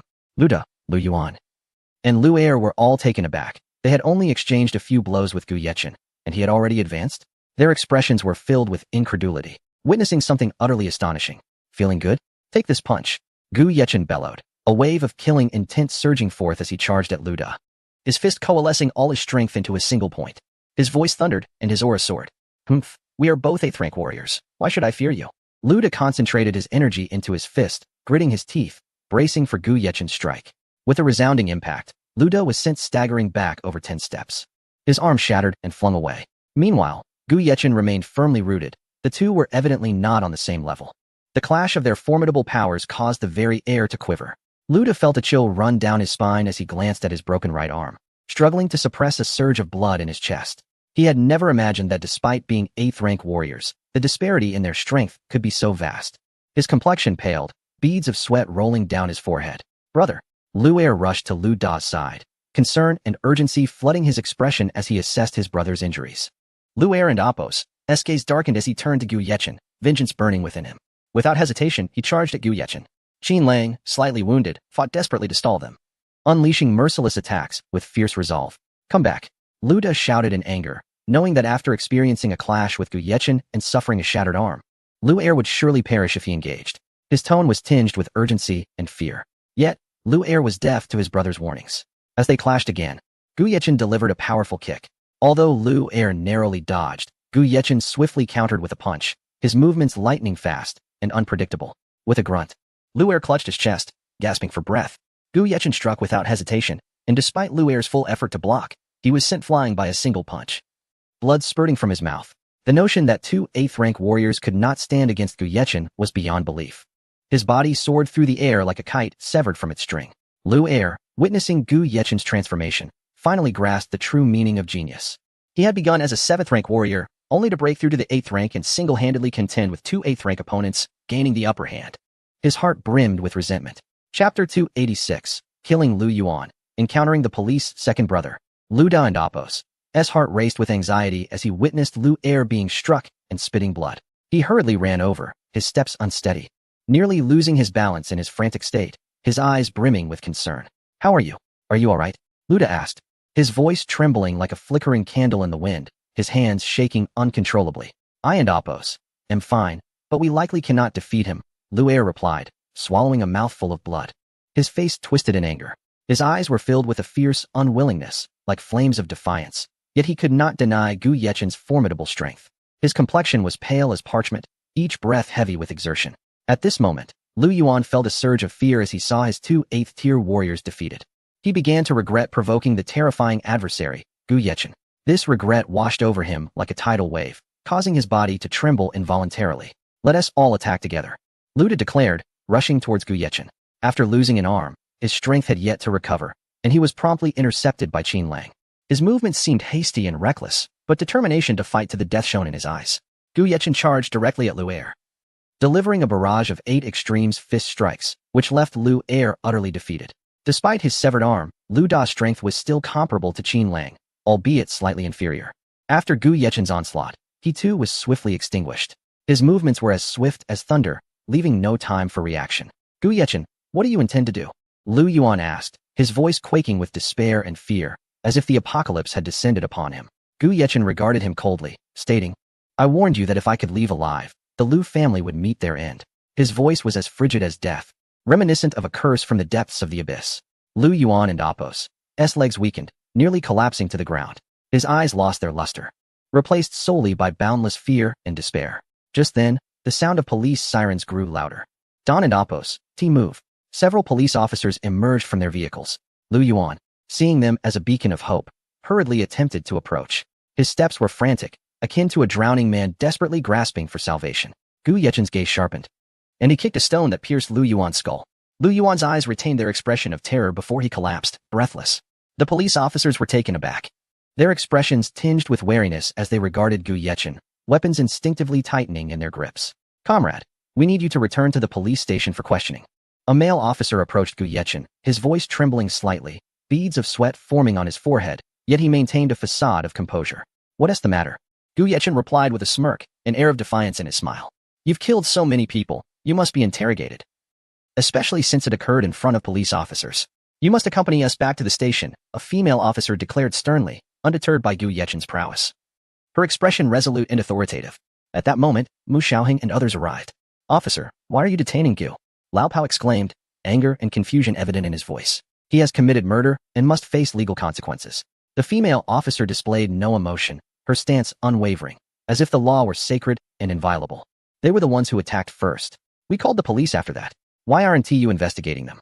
Mu Xiaoheng argued, his face flushed with indignation. Are you questioning us? Be careful. You might be charged with obstructing justice. The female officer retorted, turning her gaze to Gu Yechen. Come with us. Her stare was sharp, her authority undeniable. Yechen, Xia Yutong, noticing Gu Yechen's absence, rushed back only to stumble upon the scene. Panic and worry filled her voice. Are you all right? She threw herself into Gu Yechen's embrace, her expression tense. In mere moments, he had vanished. What would she do if something happened to him? Her body trembled slightly as she clung tightly to him. I'm fine. Just encountered a bit of trouble, Gu Yechen reassured her, gently stroking her hair with a smile that offered comfort. Who are these people? Xia Yutong asked, glancing nervously at the fallen figures, her body quaking with fear and confusion. They are from the Lu family. A chilling glint appeared in Gu Yechen's eyes. Since they had dared to strike at him, they no longer deserved to live. His expression was cold and merciless, as if he could freeze everything in his gaze. You are Gu Yechen, correct? Come with us to the police station. And don't force us to take you by force, the female officer warned, brandishing a taser. Her grip tightened around the weapon, knuckles whitening from the strain. My reluctance to quarrel with women does not equate to cowardice, Gu Yechen and Apos. S-tone suddenly turned frigid, causing tension to ripple through the air, making the female officer and Apos' hand tremble involuntarily. You are not in a position to arrest me. If you wish to provoke me, I would not hesitate to send you along with these individuals. Gu Yechen smiled, yet his grin was sinister, sending chills down spines. At that moment, a male officer stepped forward. Comrade, there have been over a dozen fatalities here. This is no trivial matter. We hope you can cooperate with us, he spoke earnestly, a hint of pleading in his tone. I can cooperate. Just let me explain here. Don't try to impose your protocols on me. Gu Yechen replied with a congenial smile. However, beneath that amiable facade lay an invisible pressure. The male officer hesitated, his face a mask of uncertainty. Unsure of how to proceed. What is going on? A man in his 60s appeared at the scene, flanked by 2 police cars. His gaze was piercing, radiating righteousness. He looked at the situation with keen insight. Director, a murder has occurred here, but the circumstances are peculiar. We can only report. The male officer spoke nervously, a trace of reverence in his voice. The elder scrutinized the scene, frowning, then turned to Gu Yechen, stating, Young man, my surname is Tao Yong. What is your name? Did you do this? Indeed, Gu Yechen replied with a smile, relieved that a figure of authority had finally arrived. Why did you kill them? Couldn't this matter have been resolved amicably? Also, what is your name? Tao Yong inquired, puzzled by Gu Yechen's actions. My surname is Gu, and I am Gu Yechen. Gu Yechen announced with a smile, displaying no fear. You are the perfect scorer from Qingbei University? The female officer was taken aback, disbelief etched on her face, her eyes wide with astonishment. Indeed, Gu Yechen nodded slightly, maintaining his composure. Tao Yong furrowed his brow, lost in thought, before stating, even if you are a perfect scorer, killing cannot be easily overlooked. However, I would like to hear your account of the events. Quite simple. They sought to kill me, and naturally, I could not sit idly by. I adhere to the principle. If one does not offend me, I shall not offend them. But if one does offend me, I shall eradicate their entire family. Gu Yechen's expression remained calm, his tone steady yet resolute. Tao Yong suddenly raised his head, exclaiming, What did you just say your name was? His voice was filled with shock, disbelief flooding his features as his eyes widened. Gu Yechen. Gu Yechen responded leisurely, his demeanor calm and composed. Could it be the Gu Yechen I am thinking of? Tao Yong murmured to himself, his tone shifting from initial inquiry to a hint of concern. His voice softened, seemingly in disbelief at the identity of the person before him. Gu Yechen said nothing, merely producing a medal and handing it to Tao Yong. Under the moonlight, 2 solemn and sacred characters appeared before them. Tao Yong reached out to take the medal and, upon glancing at it, his pupils dilated in shock. He was very familiar with this medal. It belonged to the dragon team. His hand trembled involuntarily, filled with reverence. Mr. Gu, what do you wish to do next? Tao Yong returned the medal to Gu Yechen, a smile gracing his face, now tinged with respect. The Lu family intends to eliminate me. I can only retaliate. You should know my methods. Rooting out the source is imperative, or it would be a disservice to this emblem. Gu Yechen tucked the medal away, his expression grave, though his tone was amicable yet unyielding. Your status is extraordinary. You must remain vigilant. Do you require me to arrange protection for you? Tao Yong expressed his concern, for Gu Yechen was a national scholar and a member of the dragon team. His brow furrowed, revealing his anxiety for Gu Yechen's safety. No need. As long as they remain hidden, I am unconcerned, Gu Yechen replied with a smile, his demeanor relaxed. Viewing ordinary dangers as trivial, Very well, should you find yourself in need, feel free to contact me. Although I am only the deputy director, I still hold some authority. Tao Yang said, his tone congenial, aware of Gu Yechen's unique status. Thank you for your assistance. Gu Yechen clasped his fists, refraining from unnecessary chatter. His movements were decisive, exuding a sense of camaraderie. Of course, I shall take my leave now, Tao Yang gestured before turning to depart. His steps hurried as he seemed eager to address subsequent matters. Director, why did you let him go? A female officer queried, perplexed. She could not comprehend the conversation between their director and Gu Yechen, but sensed something was amiss with the sudden release. Her voice brimmed with confusion. Do not pry into Mr. Gu's affairs. It is not within your purview, nor mine to handle. This matter ends here. Clear the scene. Tao Yang admonished the officers before him, his expression stern, instilling a sense of compliance. Director, what is the reason? Does Gu Yechen harbor some undisclosed secrets? I shall reiterate, do not speculate on Mr. Gu's identity. All you need to understand is that any matters concerning Gu Yechen are not to be questioned or doubted. As long as he requires assistance, we must offer our full support without hesitation. Tao Yang surveyed the crowd before his gaze settled on the female officer. His eyes were piercing, his tone severe, conveying the gravity of the situation. The female officer, Ning Xia, hailed from a family of entrepreneurs with a prosperous future ahead. Very well. Though her curiosity was piqued, she recognized that if even the director deemed the matter serious, it was likely not trivial. Nonetheless, she resolved to investigate privately what had warranted such leniency from her superior. After all the officers departed, Yutong once again embraced Gu Yechen, while others remained silent. Gu Yechen kissed her forehead gently, saying, "Let us go." His voice was tender, filled with affection. They all boarded the vehicle and headed to a KTV, returning to school late into the night. As it was 3 days prior to the registration, the school administration would be somewhat lenient. In the Liu family, Liu Yuan reclined on the sofa. Master, a butler entered the living room, hesitating to speak, his expression rife with uncertainty. What is it? Liu Yuan inquired. His voice deep and authoritative. Liu Yuan is dead, along with 2 8th-tier martial artists, the butler reported, his voice quavering, still reeling from the shocking news. Liu Yuan, who had been sipping aged tangerine peel tea, sprang to his feet upon hearing this. The sudden movement causing a rush of blood to his head and leaving him slightly dizzy. He nearly dropped his teacup, his face a mask of astonishment. When did this occur? Liu Yuan pressed the butler urgently. Just now, Liu Yuan, accompanied by 2 8th-tier martial artists and several 7th-tier practitioners, attempted to confront Gu Yechen. They all perished, and even the police could not apprehend Gu Yechen. The butler's voice dwindled to a whisper, laced with fear. Liu Yuan is dead, and the 2 8th-tier martial artists are also gone. The police posed no threat to Gu Yechen. It appears he is far from ordinary. We must cease all operations against him. No one should engage with Gu Yechen or those around him. Liu Yuan articulated each word with deliberation, his expression dark and his tone heavy. Furthermore, since Liu Yuan has met his demise, we must find a way to acquire the Liu family's assets. Liu Yuan's face remained impassive. Understood, I will notify everyone immediately. The butler recognized the gravity of the situation and hurried off to relay the message. Initially, the Liu family had intended to act against Gu Yechen, but the Liu family had struck first, with devastating consequences. Chapter 287. The Laboratory in the Serene Moonlit Cottage. A modest villa awarded to Gu Yechen by the school, he gently stroked Xia Yutong's head, observing her slightly weary demeanor with a tender smile. His gaze brimmed with warmth and concern, radiating a deep affection. I and Appos, am not tired. I and Appos, am very happy. Xia Yutong exclaimed, wrapping her arms around Gu Yechen and Appos' waist and glancing upward. Only able to see his chin, her eyes sparkled with joy, reminiscent of brilliant stars in the night sky. Suddenly, a melodious laugh escaped her lips, like the chime of silver bells, which filled Gu Yechen with excitement. The sound was particularly enchanting in the tranquil night, as if it could penetrate the soul and disperse all gloom. What are you laughing at? Gu Yechen inquired, suppressing a surge of emotion. His voice was deep and magnetic, as if he were wrestling with an internal tempest of feelings. It's nothing. I just looked up and saw your chin. You're so tall. As she spoke, a blush crept across her cheeks, and unable to resist, she playfully nibbled on his Adam's apple. Her movements were imbued with a mischievousness and shyness, akin to a playful kitten. Little girl, you're playing with fire. Just wait, and I shall teach you a lesson. Gu Yechen could no longer contain himself upon witnessing Xia Yutong's antics. With that, he scooped her up and strode toward the bedroom. His movements were swift and exuded masculine charm, each step imbued with a compelling sense of authority.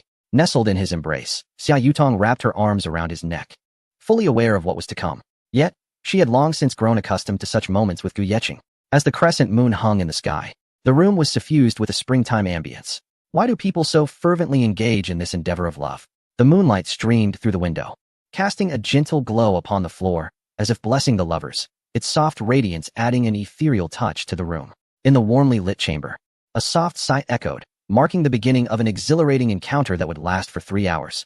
The two fell into a deep slumber, their faces adorned with satisfied smiles, as if they existed in a world solely for one another, untouched by any external presence. Their breaths synchronized, transporting them into a sweet dreamscape that belonged only to them. The following morning, sunlight filtered through the gaps in the curtains, showering their faces with golden rays. Those beams of light caressed their features like gentle fingers. Gu Yechen was the first to awaken, gazing at the still sleeping Xia Yutong with a heart full of affection. He pressed a soft kiss on her forehead, careful not to rouse her. That kiss was as delicate as a dragonfly touching water, yet laden with endless tenderness and passion. Sensing his movement, Xia Yutong stirred slightly and nestled deeper into his embrace. Her actions were filled with dependency and affection, akin to a kitten seeking warmth. After a while, she slowly opened her eyes, meeting Gu Yecheng's gaze, her face aglow with happiness. Her eyes were clear and bright, reminiscent of morning dew. "Good morning." Xia Yutong's voice was laced with a hint of languor, soft and endearing, evoking a sense of tenderness. "Good morning, little lazy cat," Gu Yecheng replied with a smile, gently tracing his finger along her nose. Feeling his touch, Xia Yutong closed her eyes, her lips curving into a charming smile. After washing up, Xia Yutong departed. Gu Yecheng drove to the laboratory, which, though unoccupied, remained immaculate, having recently been vacated. The laboratory was spacious and bright, equipped with an array of instruments that exuded an aura of technological mystique. After exploring the facility, he ultimately chose a laboratory on the 4th floor, spanning 100 square meters, relatively spacious with minimal equipment. The laboratory ceiling could also open and close automatically, facilitating the operation of experimental mechas. The ample space filled him with satisfaction. This would be the stage for his mecha creations.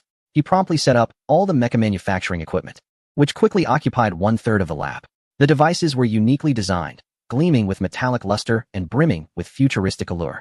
Following the systematic instructions, Gu Yecheng meticulously assembled all the necessary equipment for the mechas, purchasing required materials directly from the system marketplace, where expenditures did not impact his enhancement points. Fully engrossed in his work, he executed each action with precision and deliberation. Throughout the day, apart from meal breaks, he remained immersed in his laboratory endeavors. Although the system provided blueprints, the actual construction required his hands-on expertise. For Gu Yecheng, this was not a daunting task. The fewer people aware of his work before its completion, the better. Within the laboratory, he busied himself, seemingly isolated from the outside world. Xia Yutong, understanding Gu Yecheng's preoccupation, refrained from disturbing him and spent time enjoying herself with her roommates. Finally, on the eve of the school semester, at 10:30 in the evening, Gu Yecheng returned to the dormitory. "Old Gu, why have you been so busy these past few days? We haven't and amp, Oppos, seen you around," Mu Xiaohing inquired, his eyes filled with curiosity and intrigue. "I've been researching something, so I've been quite occupied. If it weren't for the first day of school tomorrow, I wouldn't have come back," Gu Yecheng replied, stretching lazily. His voice bore a hint of fatigue, yet his eyes sparkled with excitement and anticipation. What could it be? If it intrigues the national top scholar, it must be extraordinary. Lao Pao remarked, his face alight with curiosity and eagerness to learn more. "Indeed, you are a perfect score," Mu Xiaohing added, his smile infused with admiration and envy. "What I'm researching, I cannot disclose just yet. However, it will undoubtedly represent a qualitative breakthrough for the nation," Gu Yecheng stated confidently as he grabbed a change of clothes and headed for the shower. His tone was self-assured, sparking curiosity about his research. His 3 roommates exchanged glances, somewhat bewildered. Can old Gu really be so boastful? How could his research possibly be of such national significance? Qi Zichuan waved his hand dismissively, skeptical yet intrigued. "That's not necessarily the case. He has certainly shattered our perceptions in the short time we've known him," Mu Xiaohing remarked, patting Lao Pao on the shoulder with a serious expression, as if contemplating Gu Yecheng's words earnestly. "Perhaps he is indeed working on something capable of altering the current dynamics," Zhang Ziyuan suggested, flipping through a book as he spoke, his tone calm yet revealing a glimmer of anticipation in his eyes. The 3 friends exchanged banter until Gu Yecheng emerged from the shower, overhearing their conversation. "Are you also idle?" Gu Yecheng chuckled. Clad only in shorts that showcased his chiseled abs and firm chest, droplets of water glistening on his tousled hair. The warmth of the water had left his complexion slightly flushed, accentuating his striking features, exuding an air of nobility even in casual attire. His robust physique and flowing muscle lines radiated undeniable masculine allure. At that moment, Qi Zichuan's phone chimed, revealing the voice of a woman. Chapter 288. Lu Fei receives news. Gu Yecheng glanced over and unexpectedly discovered that he was engaged in a video call with a woman, and coincidentally, Gu Yecheng appeared in the frame.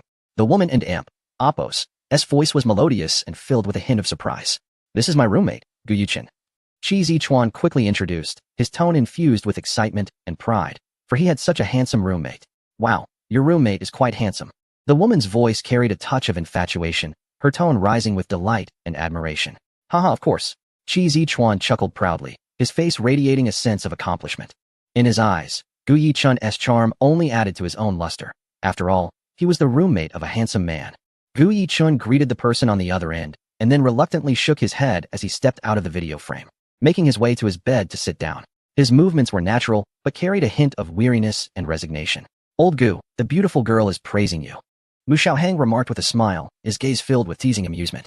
That's normal. I've grown accustomed to the admiration that comes with being such a handsome person. Gu Yichun waved his hand dismissively.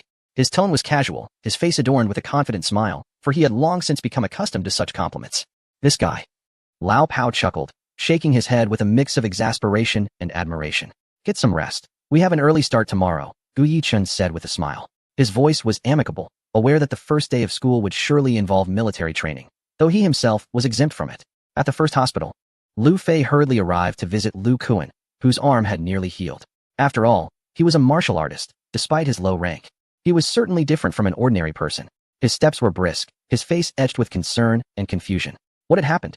Lu Fei was perplexed as he gazed at Lu Kuan, who had seemingly suffered greatly during his brief absence.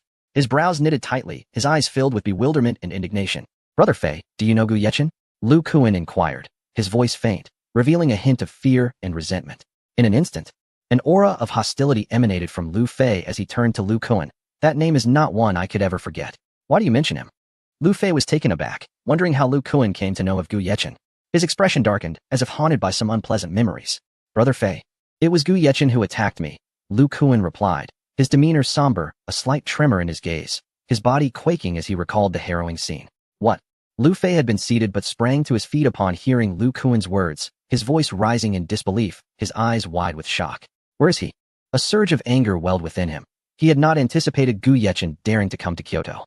This warranted a lesson for him, or else Lu Fei would lose face. His fists clenched tightly, his jaw set, as the flames of rage ignited in his heart. Lu Kuan continued. He is a freshman at Qingbei University, accompanied by a remarkably beautiful girl. Lu Fei regarded Lu Kuan with a serious expression, a glint of determination flashing in his eyes. Qingbei University? Lu Fei pondered, deep in thought. If Gu Yechen was at the university, confronting him would be impossible unless he could lure him out. His brows furrowed as his mind raced, contemplating strategies to deal with Gu Yechen. You need not concern yourself with this. Focus on your recovery. Lu Fei declared as he rose and turned to leave, his movements decisive, radiating an air of authority. Brother Fei, do teach Gu Yechen a lesson. But leave that girl for me. I seek revenge as well. Lu Kuan's teeth clenched in frustration, his expression twisted with desire. Rest assured, if she is indeed beautiful, I shall ensure you get your turn after I am done. Lu Fei chuckled as he departed, determined to prepare for a confrontation that would compel Gu Yechen to kneel before him in repentance. At that moment, his phone rang. Hello, Lao Deng. Lu Fei answered, somewhat puzzled. His voice bore a hint of impatience, interrupted by the sudden call that broke his train of thought. Where are you? Lu Yuan inquired, his tone stern and urgent. I just want to see Lu Kuan. I have something to attend to now, Lu Fei replied, then curiously added, Dad. Is there something you need? His mind swirled with questions, uncertain why his father had called out of the blue. Are you planning to confront Gu Yechen? Lu Yuan asked, suppressing his anger. He understood his son all too well. His voice was fraught with both ire and concern, fearful that his son might act impulsively. How did you know? Lu Fei was bewildered, questioning how his father had learned of his intentions. His brows furrowed deeper, confusion swirling within. Do not seek trouble with Gu Yechen. Return home immediately. Lu Yuan commanded, his voice firm, unwilling to entertain any defiance. Dad, leave it be. Perhaps he can manage in Shanghai, but here in Kyoto, he will have to submit to me. I remember all too well how he treated me last time. This time, I shall make him kneel before me.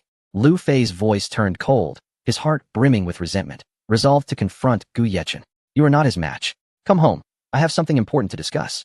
Lu Yuan sighed, rubbing his forehead, regretting his son and Apos' impulsiveness. His expression was one of fatigue and exasperation. Very well. Reluctantly conceding to his father and Apos' serious tone, Lu Fei decided to return home, albeit with reluctance, eager to hear what his father had to say. Soon, Lu Fei arrived back at the estate. Chapter 289, the first day of school. Father, what is going on? Why do you seem so apprehensive about Gu Yechen? Lu Fei inquired, his tone laced with curiosity. His eyes brimmed with confusion and dissatisfaction, his brow furrowed as he pondered the reasons behind his father's unusual caution. Lu Yuan's demise stemmed from his attempt to provoke Gu Yechen, and he had perished alongside two 8th-tier warriors. Although Lu Yuan may not have been our equal, the fact that Gu Yechen could eliminate two 8th-tier fighters is extraordinary. Lu Yuan's expression bore the weight of seriousness, his gaze revealing profound concern amidst the swirling smoke, which only intensified the gravity of his demeanor. What? Lu Yuan is dead? Lu Fei exclaimed, startled. Despite the Lu family and Appo's relatively low standing, Lu Yuan had always been generous in nurturing the family's influence. His complexion paled, voice trembling in disbelief, and his body involuntarily quaked. Indeed, it was because Lu Wenzhong provoked Gu Yechen and was subsequently attacked. Lu Yuan dispatched a group to eliminate Gu Yechen, only to be met with annihilation. Lu Yuan personally led a team, consisting of two 8th-tier warriors and three 7th-tier warriors, and they all perished. Lu Yuan rubbed his forehead, worry etched upon his face. His voice was grave, each word seeming to carry a weighty burden, fully aware of the seriousness of the situation. Old Deng, I believe your assessment is correct. But shall we simply allow Gu Yechen to go unpunished? Lu Fei chuckled, a hint of reluctance and helplessness in his smile, although fear lingered within him. The desire for vengeance stirred restlessly in his heart, compelling him to resist yielding easily. Of course, that is not an option. We will inevitably find a way to deal with him. Lu Yuan's eyes flickered with a glimmer of murderous intent, yet he managed to suppress it, the repressed fury palpable. The following morning, at 6:30, Gu Yechen awoke. Today marked the first day of school, accompanied by military training. However, this was of little concern to him. All he needed to do was make a brief appearance in class, after which the military training would no longer pertain to him. The morning light filtered through the gaps in the curtains, illuminating the room. As Gu Yechen opened his eyes, his gaze clear and bright, not yet fully awake. He smiled at his roommates before proceeding to gather his belongings for his morning routine. Each time he awoke, his hair resembled a bird's nest, a situation that would only change once he became a warrior. He entered the washroom, moving through his routine with practiced ease. Old Gu, you're up rather early, remarked Lao Pao, rubbing his eyes, his face still bearing the remnants of sleep. His voice was muffled, as if he were still lost in dreams. Yesterday, the group notified us to be in the classroom by 7:15, and it's already 6:30. Gu Yechen replied, mouthful of toothpaste foam, rendering his words somewhat indistinct. Yet his tone remained resolute. I don't want to go to school. Mu Xiaoheng, sporting a disheveled hairstyle, lamented as he rolled about in bed, exuding reluctance. I wish I could sleep a little longer. Qi Zichuan added with a hint of exasperation, sitting up and rubbing his hair, his expression one of resignation. By 6:50, the group was prepared to set off. Old Gu, do you really not need to participate in military training? Mu Xiaoheng inquired. His curiosity piqued as he sensed that Gu Yechen was somewhat enigmatic. His eyes sparkled with intrigue and anticipation. No need. Military training is meant for you all. Youngsters, do your best. Gu Yechen declared as he stepped out, the group descending the elevator together and heading straight to the cafeteria. His steps were light, a relaxed smile gracing his face. After Gu Yechen and his friends' exploits in the dining hall, others now regarded the four of them with a peculiar expression. 4 portions of fried dough sticks and 4 cups of soy milk were ordered. Lao Pao approached the counter to purchase breakfast for the others, leaving Gu Yechen and his companions seated at the dining table. The cafeteria buzzed with conversation, the steam rising from the food emanating an enticing aroma. Old Gu, why aren't you participating in military training? Mu Xiaoheng inquired, puzzled, as it seemed almost everyone else had to partake unless there were valid health reasons. Why was Gu Yechen exempt? He too desired to avoid military training, yet felt powerless to do so. His eyes shone with envy and confusion. Perhaps the principal has exempted me from military training, Gu Yechen replied, pulling out his phone to call Zhang Yun. His tone was casual, for in his eyes, this was hardly a matter of significance. What do you mean? The principal won't let you participate in military training. Mu Xiaoheng fell silent, astonished. His mouth agape as his admiration for Gu Yechen grew. Meanwhile, Zhang Yun was enjoying her breakfast. Upon seeing Gu Yechen's call, her face lit up with joy, reminiscent of a lovesick girl spotting her boyfriend. A radiant smile spread across her face, her eyes gleaming with anticipation. Good morning, Gu Yechen greeted, his voice imbued with warmth and gentleness, akin to a gentle spring breeze. Good morning, Yechen, Zhang Yun replied, her tone buoyant and filled with delight. How have the past couple of days treated you? Gu Yechen inquired, his voice rich with concern. Not bad. It's quite similar to Shu Yuexuan. Just with a different level of management, there are merely more issues to address here. Zhang Yin responded, her lips curving into a slight smile. The female assistant beside her was taken aback, as it was the first time in 2 days that she had witnessed Zhang Yin's softer side. In a couple of days, I'll take you house hunting. You can live there then. Just remember to leave some space for me, Gu Yechen said with a playful smile, his tone laced with affection and anticipation. Such a tease, Zhang Yun playfully chided, her voice unexpectedly soft, leaving Gu Yechen momentarily bewildered. He anticipated this side of her. A blush crept across her cheeks, rendering her exceptionally charming. After chatting for a while, Gu Yechen ended the call. President Zhang. Yu Zhongyun's assistant ventured, curiosity evident in her gaze. Ahem, some questions are better left unasked, Zhang Yun responded, adopting a cool demeanor that startled her assistant. The abrupt shift in her expression was surprising. She quickly reverted to her usual composed and serious self.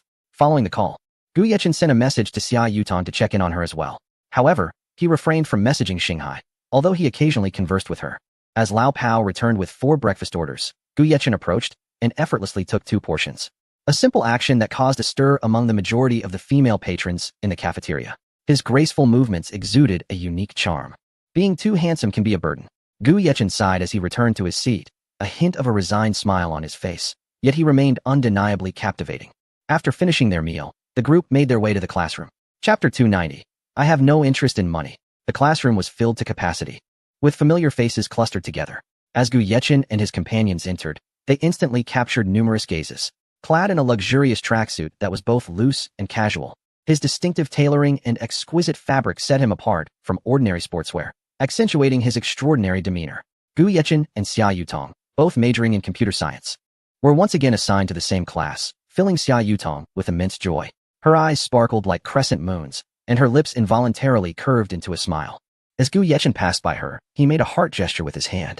This small action caused a flush to bloom on Xia Yutong's cheeks, her heart racing like a startled fawn.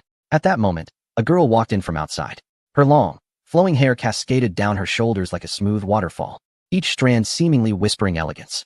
With a refined demeanor, she exuded a unique charm with every step. Although dressed in athletic wear, her delicate features spoke volumes of her beauty. Her skin was as white as snow, her eyes sparkled like stars, her nose was straight, and her lips resembled cherry blossoms, every movement imbued with an invisible allure. Upon entering the classroom, an immediate hush fell over everyone, followed by a wave of hushed whispers.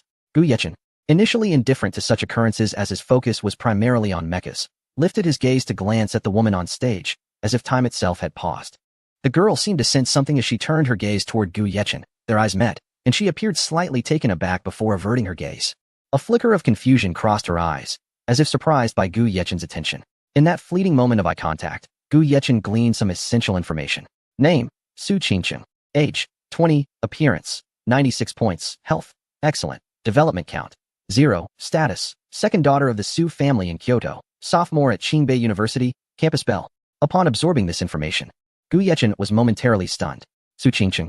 Her name indeed matched her beauty, captivating enough to turn heads and possessing a figure that sparked imagination. Yet, why was she serving as a counselor while still a sophomore? His brow furrowed slightly, brimming with questions. Dear students, I am your counselor and also your senior. My name is Su Qingqing. Over the next 4 years, I shall progress alongside you. Her gaze swept across the crowd, her tone calm, yet carrying an air of coolness, reminiscent of a celestial being. Her voice was melodious and clear, imbued with an undeniable authority. We will undergo a 20-day military training, followed by the commencement of formal classes. You will have both compulsory and elective courses, all of which are crucial for your graduation. I hope you take this seriously. Su Qingqing spoke eloquently, her demeanor unwavering. At just 20 years of age, she commanded respect.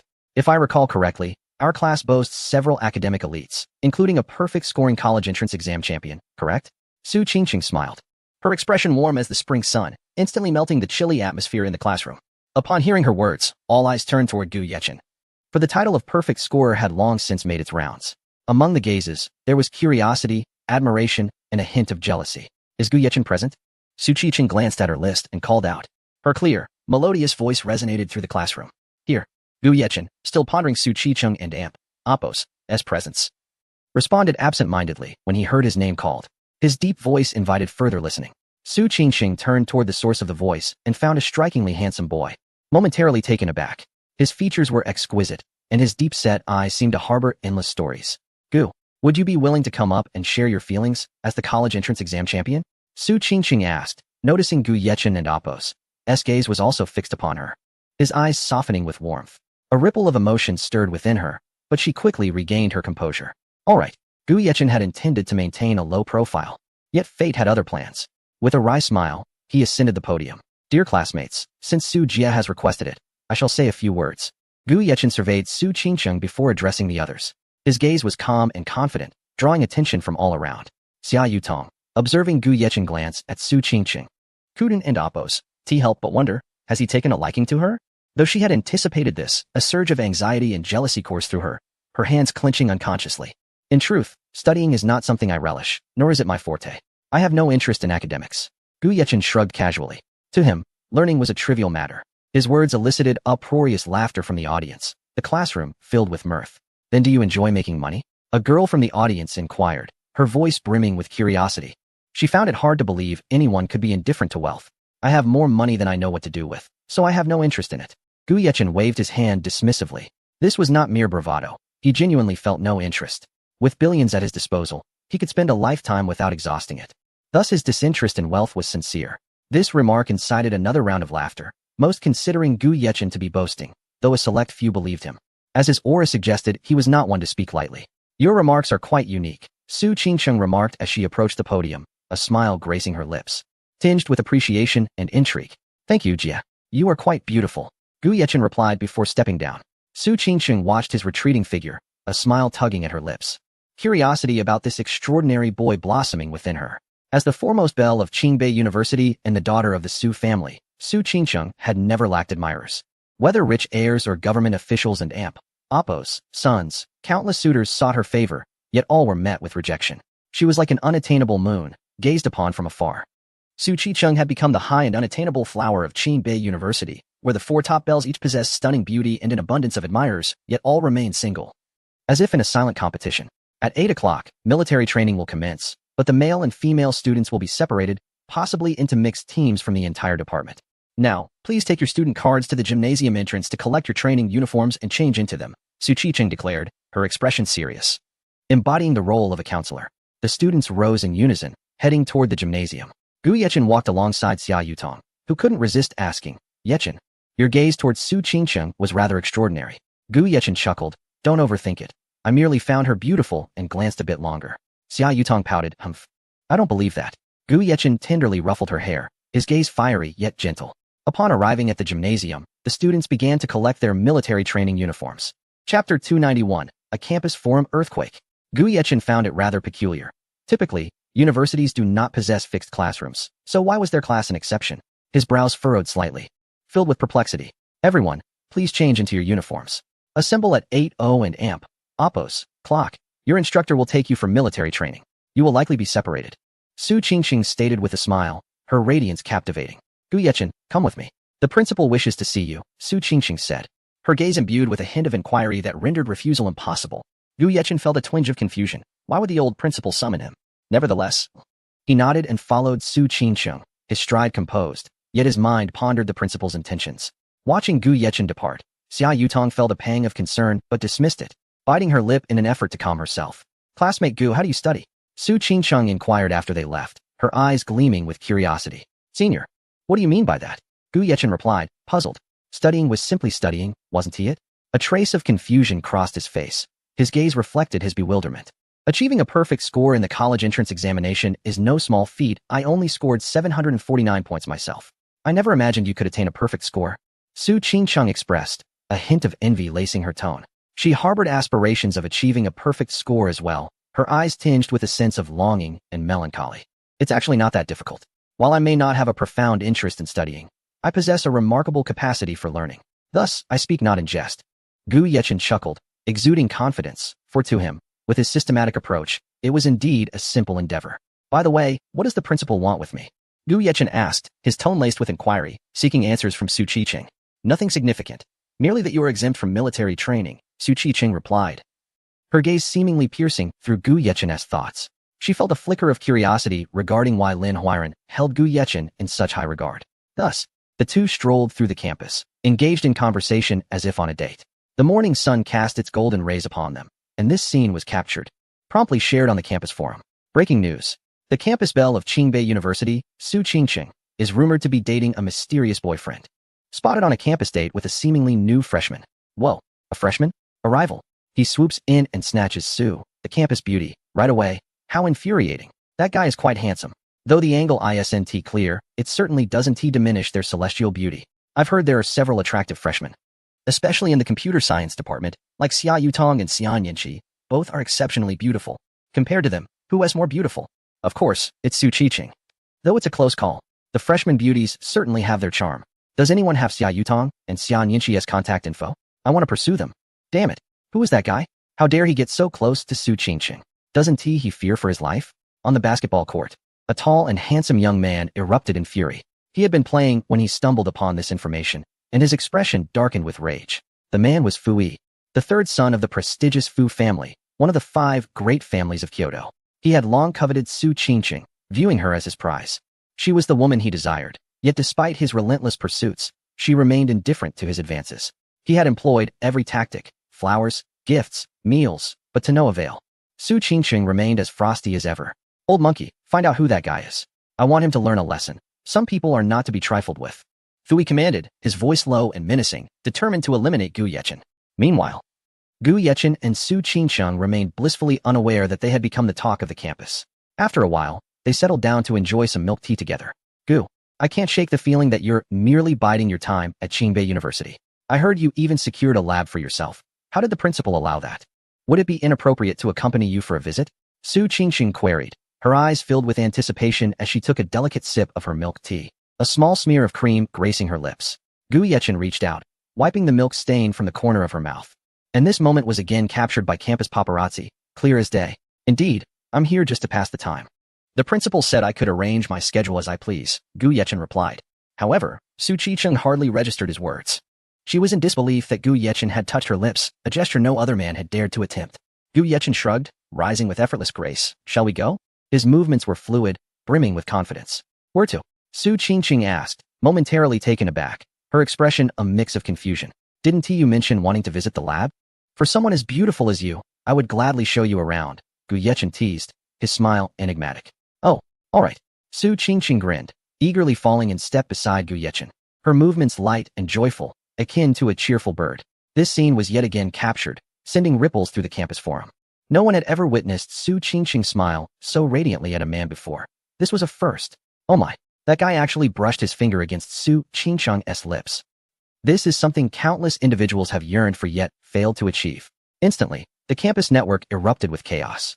On the basketball court, Fu Yi, upon hearing Old Monkey's report, was momentarily taken aback, not expecting Gu Yechen to possess such allure.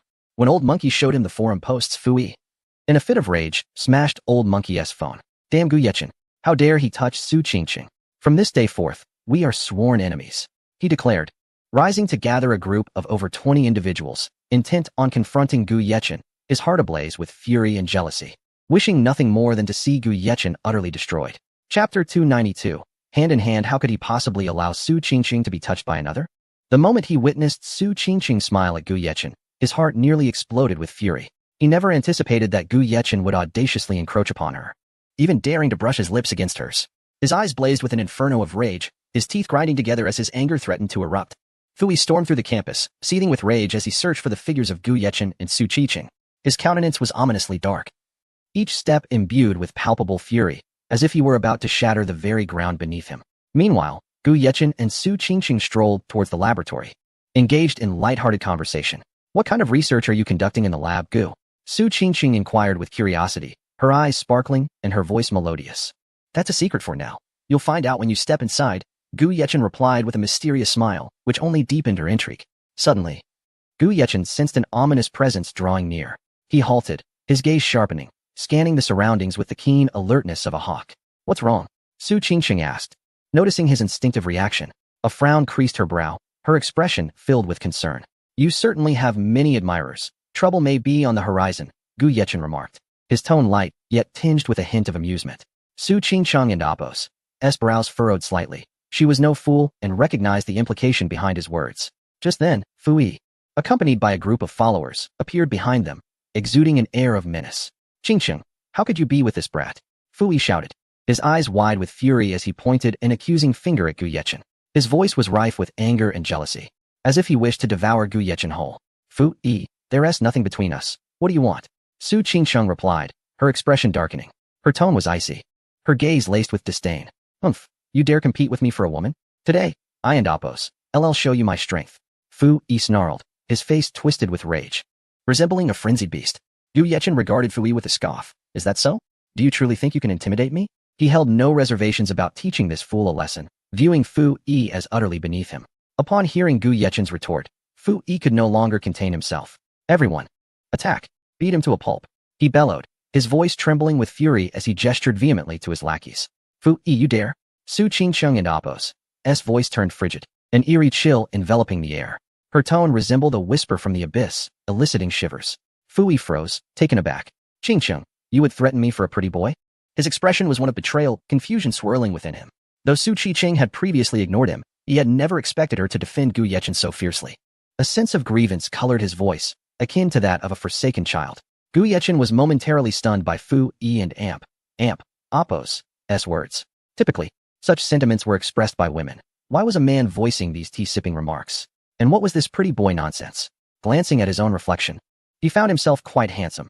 How could he be labeled as such? A wave of helplessness washed over him. He was, after all, a striking gentleman. Suddenly, an idea struck him, and he decided to tease Su Qingqing. Senior, do I resemble a pretty boy? He asked, feigning sincerity as he looked at her. At once, Su Qingsheng could no longer contain her laughter, turning away to stifle her amusement. Her shoulders shook slightly as she struggled to suppress her chuckles. What is your name? Gu Yechen inquired of Fu Yi, his tone calm, yet imbued with an unspoken pressure. I am your father. Fu Yi scoffed disdainfully, viewing Gu Yechen as nothing more than a mere freshman daring to act superior in his presence. His gaze was filled with arrogance and contempt. Just as his words fell, a gust of wind swept past him.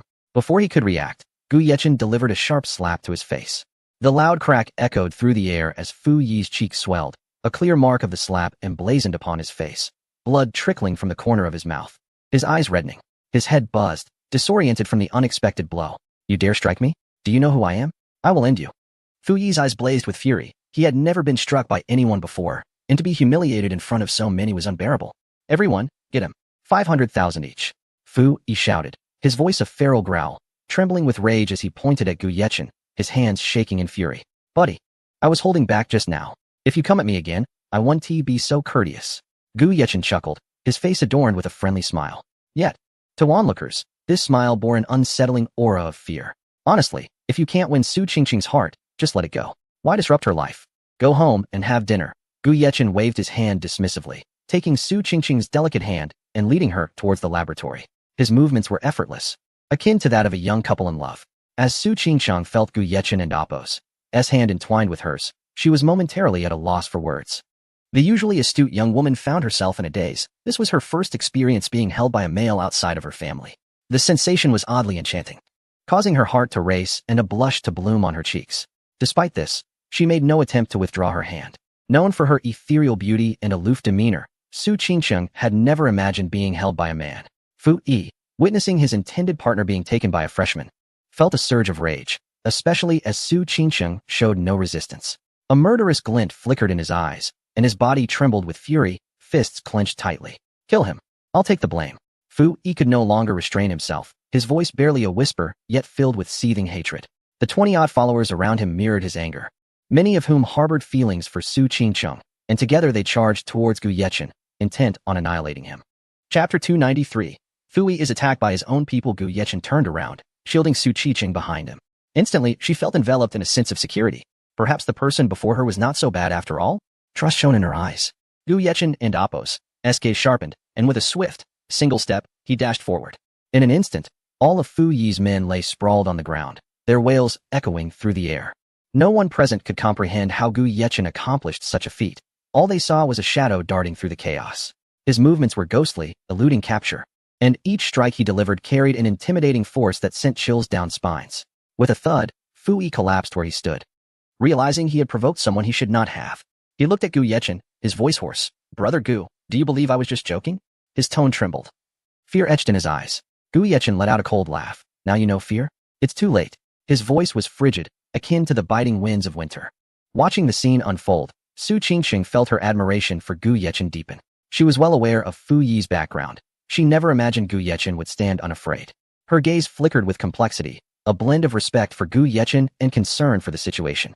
Gu Yechen approached slowly, having incapacitated more than 20 of Fu Yi's subordinates, each with broken arms. He had never been one to kill indiscriminately, merely choosing to inflict pain on occasion. His steps were firm and powerful, each one exuding an invisible pressure. Now, it is your turn. Gu Yechen smiled at Fu Yi, a faint grin that felt like a death knell echoing in Fu Yi and Appo's heart. The smile bore a hint of cruelty that sent shivers through him. How insidious.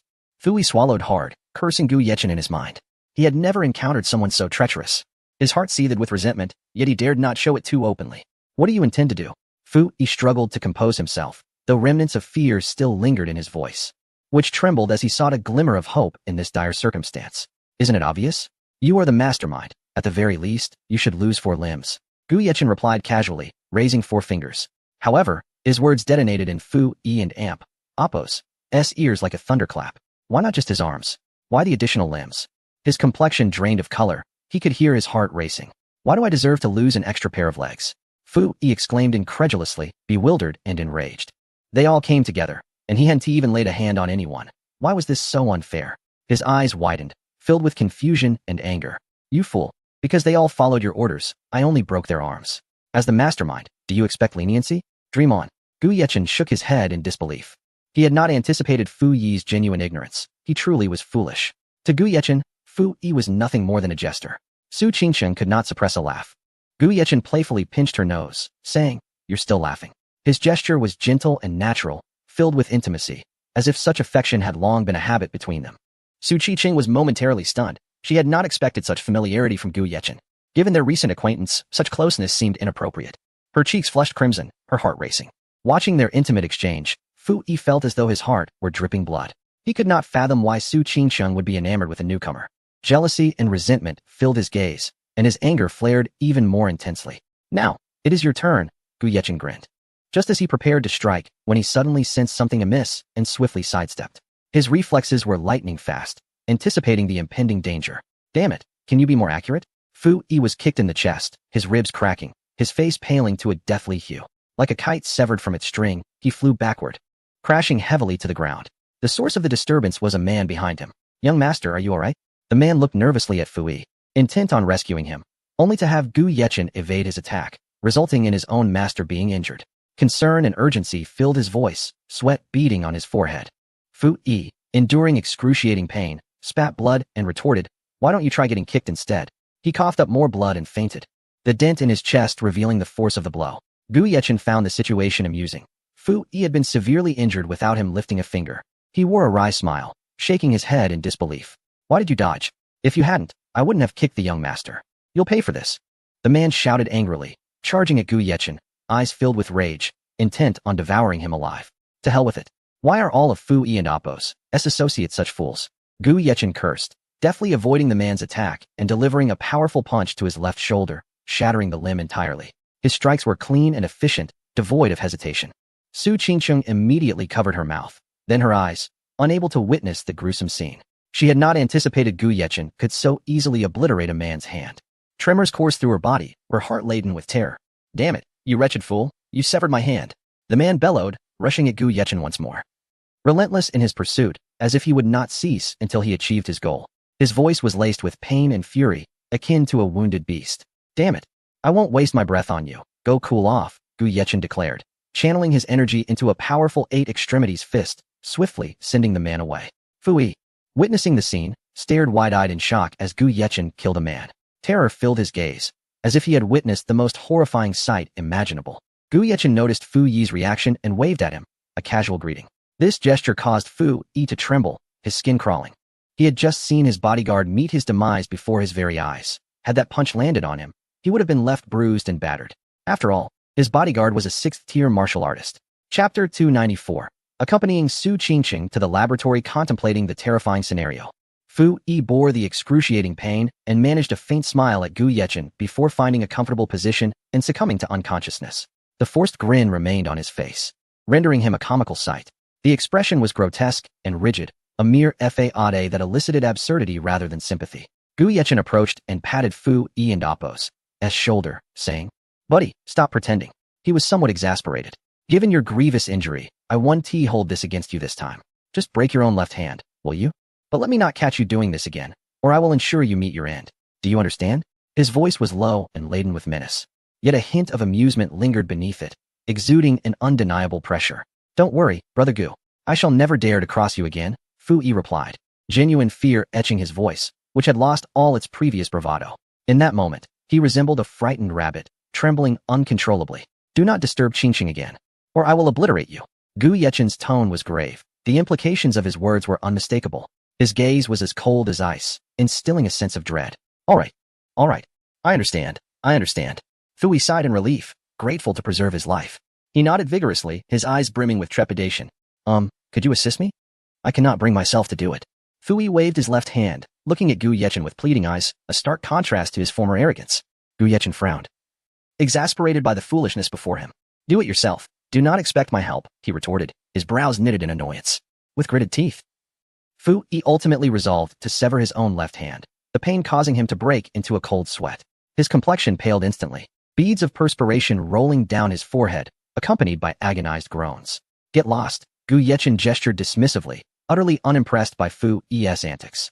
He had not anticipated encountering such a peculiar individual and felt no desire to witness him any longer, fearing he might lose control and end his life. Fui hastily called for an ambulance, which arrived promptly to take him away.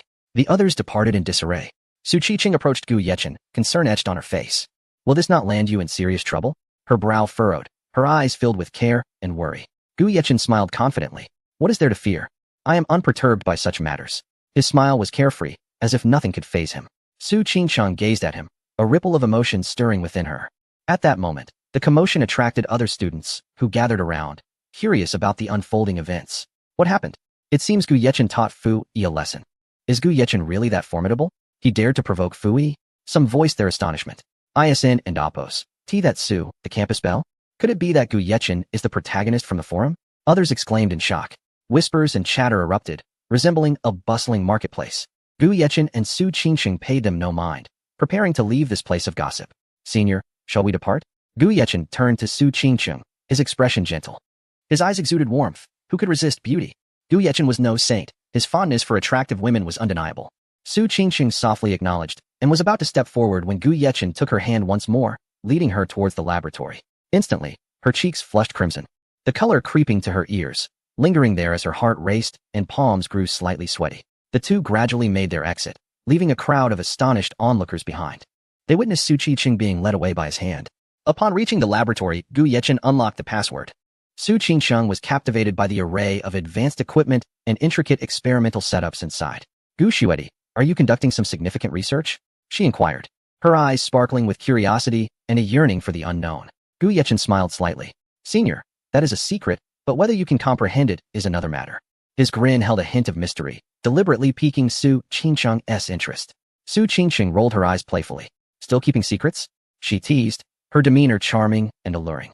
Gu Yechen's smile broadened, sensing an unspoken closeness between them.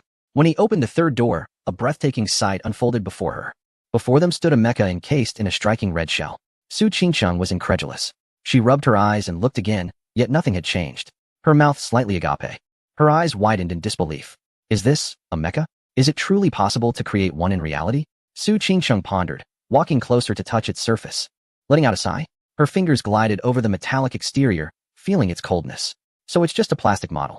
I thought you had genuinely built a mecha, she remarked, her expression one of bemusement, having discovered that the mecha was merely an empty shell, sitting there for display. A flicker of disappointment crossed her eyes. As her earlier anticipation plummeted, Gu Yechen chuckled. The shell looks impressive, doesn't it? It has a certain grandeur. He would not divulge that this was the mecha he had been researching and that the exterior was a costly purchase from the system. His smile was laced with mischief as he contemplated bestowing an even greater surprise upon Su Qiqing.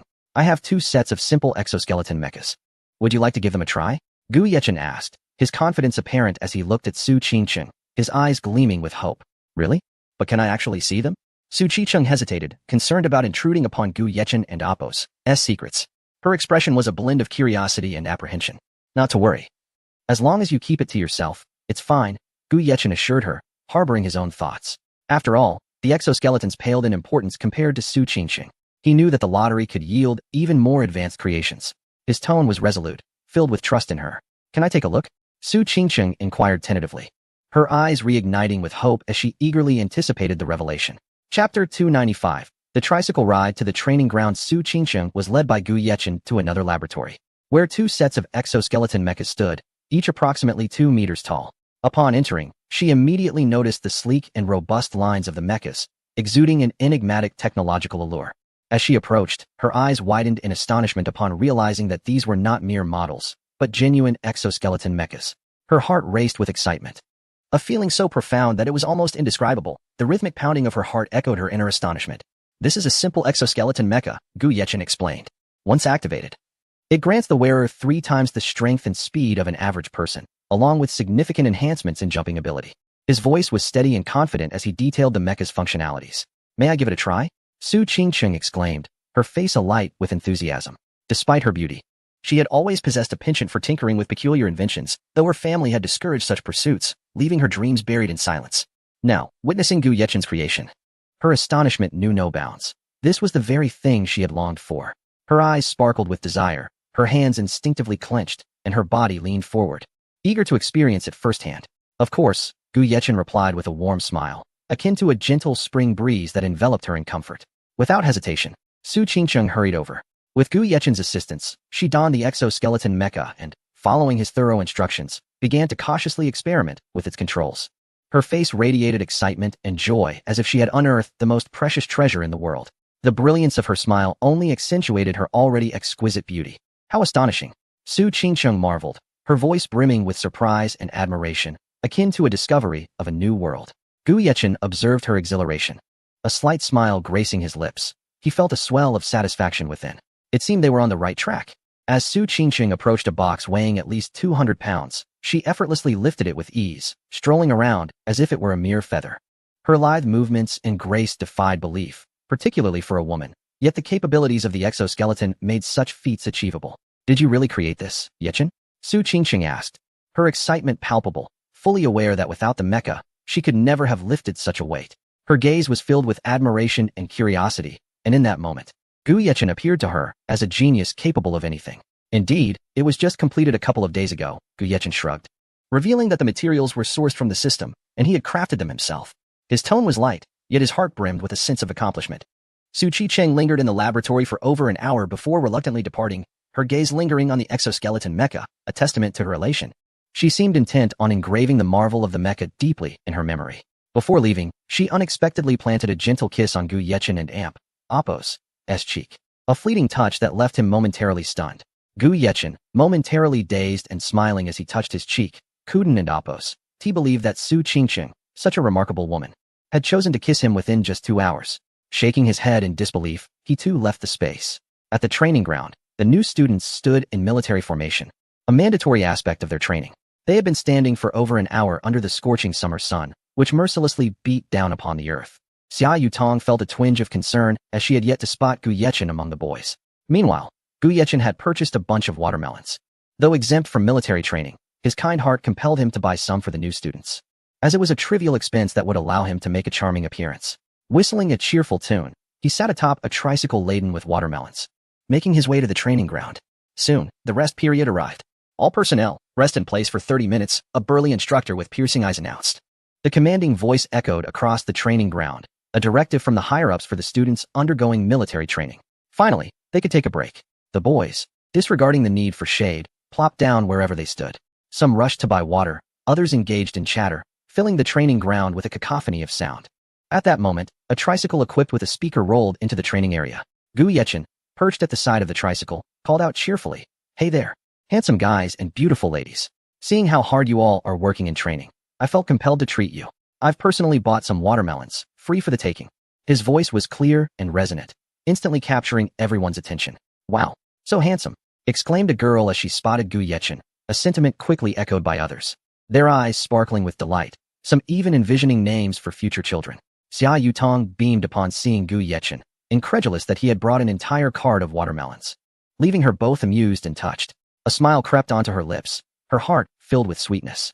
Gu Yechin immediately spotted Xia Yutong and waved at her, to which she responded in kind. A collective groan arose from the crowd. The new campus beauty was taken, dashing the hopes of many infatuated admirers. Xia Yutong donned her hat and jogged towards Gu Yechin, her gaze soft and affectionate. Gu Yechin skillfully cut a piece of watermelon and offered it to her mouth. "Is it sweet?" he asked, affectionately ruffling her hair, his eyes brimming with tenderness, igniting envy among the onlookers. "Very sweet. I love it," she replied, her voice melodious and bright, reminiscent of a lovely tune. "Damn it, instead of enjoying watermelon, I've just had my fill of dog food." Chapter 296. Feng Tianlong is shocked indeed. The love that had just blossomed in my heart was swiftly extinguished, vanishing before it even began. A group of onlookers gazed at Xia Yutong and Gu Yeqing with expressions of speechless awe. Their tones were imbued with envy, jealousy, and a light-hearted jest, laced with a hint of helplessness and self-mockery that rendered the atmosphere all the more vivacious and cheerful. Perhaps sensing the weight of their gazes, Xia Yutong's cheeks flushed a vivid crimson as she quickly departed with several pieces of watermelon, distributing them to her roommates. Her hurried steps resembled those of a startled fawn eager to escape the spotlight. TSK, TSK, TSK. Fong Baiwei observed Xia Yutong with playful amusement, her lips emitting a teasing sound that deepened Xia Yutong's blush, causing her to appear even more bashful. Her eyes sparkled with delight, reveling in Xia Yutong's newfound happiness. Fong Baiwei's laughter rang clear and melodious, further amplifying Xia Yutong's embarrassment, making her wish she could vanish into the ground. Come and take some, Gu Yeqing said with a warm smile. His voice was bright and inviting, akin to the gentle rays of sunlight warming each heart present. Initially, everyone had been watching the scene unfold, but upon hearing Gu Yeqing's words, they all flocked over, their minds unified by a singular thought. If that was the case, they might as well indulge and leave Gu Yeqing overwhelmed. The youthful faces glowed with radiant smiles, banishing all worries and fatigue in that fleeting moment. Gu Yeqing instructed several classmates to take watermelon to the teachers and instructors, ensuring everyone was included. This student is truly remarkable, the instructor exclaimed after taking a bite of the watermelon, his face alight with appreciation, his smile reflecting his approval of Gu Yeqing. Indeed, how considerate, a teacher chimed in, his eyes brimming with warmth as he observed the beautiful camaraderie among the students. By the way, why isn't he participating in military training? At that moment, the lead instructor, chewing on watermelon, inquired curiously about Gu Yeqing, who wore military training attire yet was not engaged in the exercises. He asked the top scorer of the college entrance examination. A teacher replied with a smile, casually explaining the situation. Oh, the top scorer? But that doesn't seem like a valid reason for exemption from military training, the instructor remarked, his expression stern. For them, only health-related issues warranted an exemption from training. This was permitted by the principal. He came to Qingbei University, and the principal granted him this privilege, allowing for his exemption from military training. The teacher continued with unwavering conviction, attempting to help the instructor understand the special circumstances. Well, in that case, let's leave it at that, the instructor conceded, recognizing it was ultimately a matter for the school. He shook his head in resignation and continued to savor his watermelon. Upon returning to the laboratory, Gu Yeqing sent the video of Su Qingqing and the exoskeleton mech to Feng Tianlong, carefully obscuring Su Qingqing's appearance while showcasing the exoskeleton itself. Feng Tianlong, located far away in Shanghai City, was taken aback upon viewing the footage, immediately dialing Gu Yeqing. His hands trembled slightly, filled with excitement and astonishment. Gu Yeqing, who was in the midst of constructing the red mech's body, remained calm upon receiving Feng Tianlong's call. Hello, old Feng. What brings you here? His voice was steady and composed, as he had anticipated Feng Tianlong's call. Yeqing, is what you just sent me real? Feng Tianlong inquired eagerly. In today's world, apart from the Eagle Nation and the Bear Nation, no other countries possessed exoskeleton mechs. Even they had only recently made breakthroughs in exoskeleton equipment. While Huawei was striving to advance this technology, how could he not be thrilled? His tone was urgent and anxious, for this was a matter of great significance. Yes, I just developed the exoskeleton equipment. It seems quite useful for lifting objects, Gu Yeqing replied with a smile, his demeanor relaxed, as this was no challenge for him. However, to Feng Tianlong, this was akin to a thunderclap. His breathing quickened as he envisioned the potential of this technology to enhance the combat capabilities of the entire army. Noticing something was amiss with Feng Tianlong, Fan Jingda asked, Old Feng, what's wrong? Why are you so worked up? His face was filled with confusion, unable to comprehend Feng Tianlong's sudden excitement. After a moment of contemplation, Feng Tianlong decided that since Fan Jingda had already been exposed to the secret of the physique elixir, it was no longer a concern. He directly showed Fan Jingda the material Gu Yeqing had sent him. My goodness. Fan Jingda stumbled slightly, nearly losing his balance. But Feng Tianlong was quick to support him. Fan Jingda was so astonished by the sight before him that he nearly faltered, his expression one of disbelief. Adjusting his glasses, Fan Jingda gazed at Feng Tianlong with incredulity. Old Feng, where did this come from? Is it real? His voice quivered, eyes glued to the screen. Fearful that this was merely an illusion, Feng Tianlong nodded gravely, his expression serious. Indeed, this is the video I just received from Yeqing. He has successfully developed exoskeleton equipment. His demeanor was solemn, recognizing the gravity of the situation. You mean this was created by Yeqing? Fan Jingda's eyes widened in shock, filled with astonishment. It was known that Gu Yeqing had provided the formulas for both the physique elixir and the beauty elixir, and now he was manufacturing mechs? Was he even human?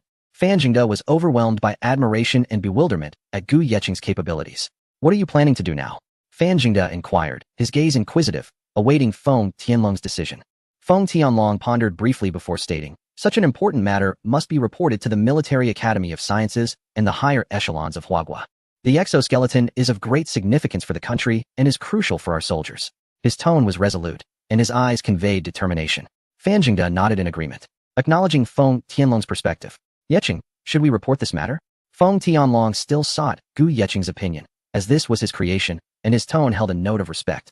It's of no concern. I merely tinkered with it during my spare time. After all, I am an academician, Gu Yeqing replied with a genial tone.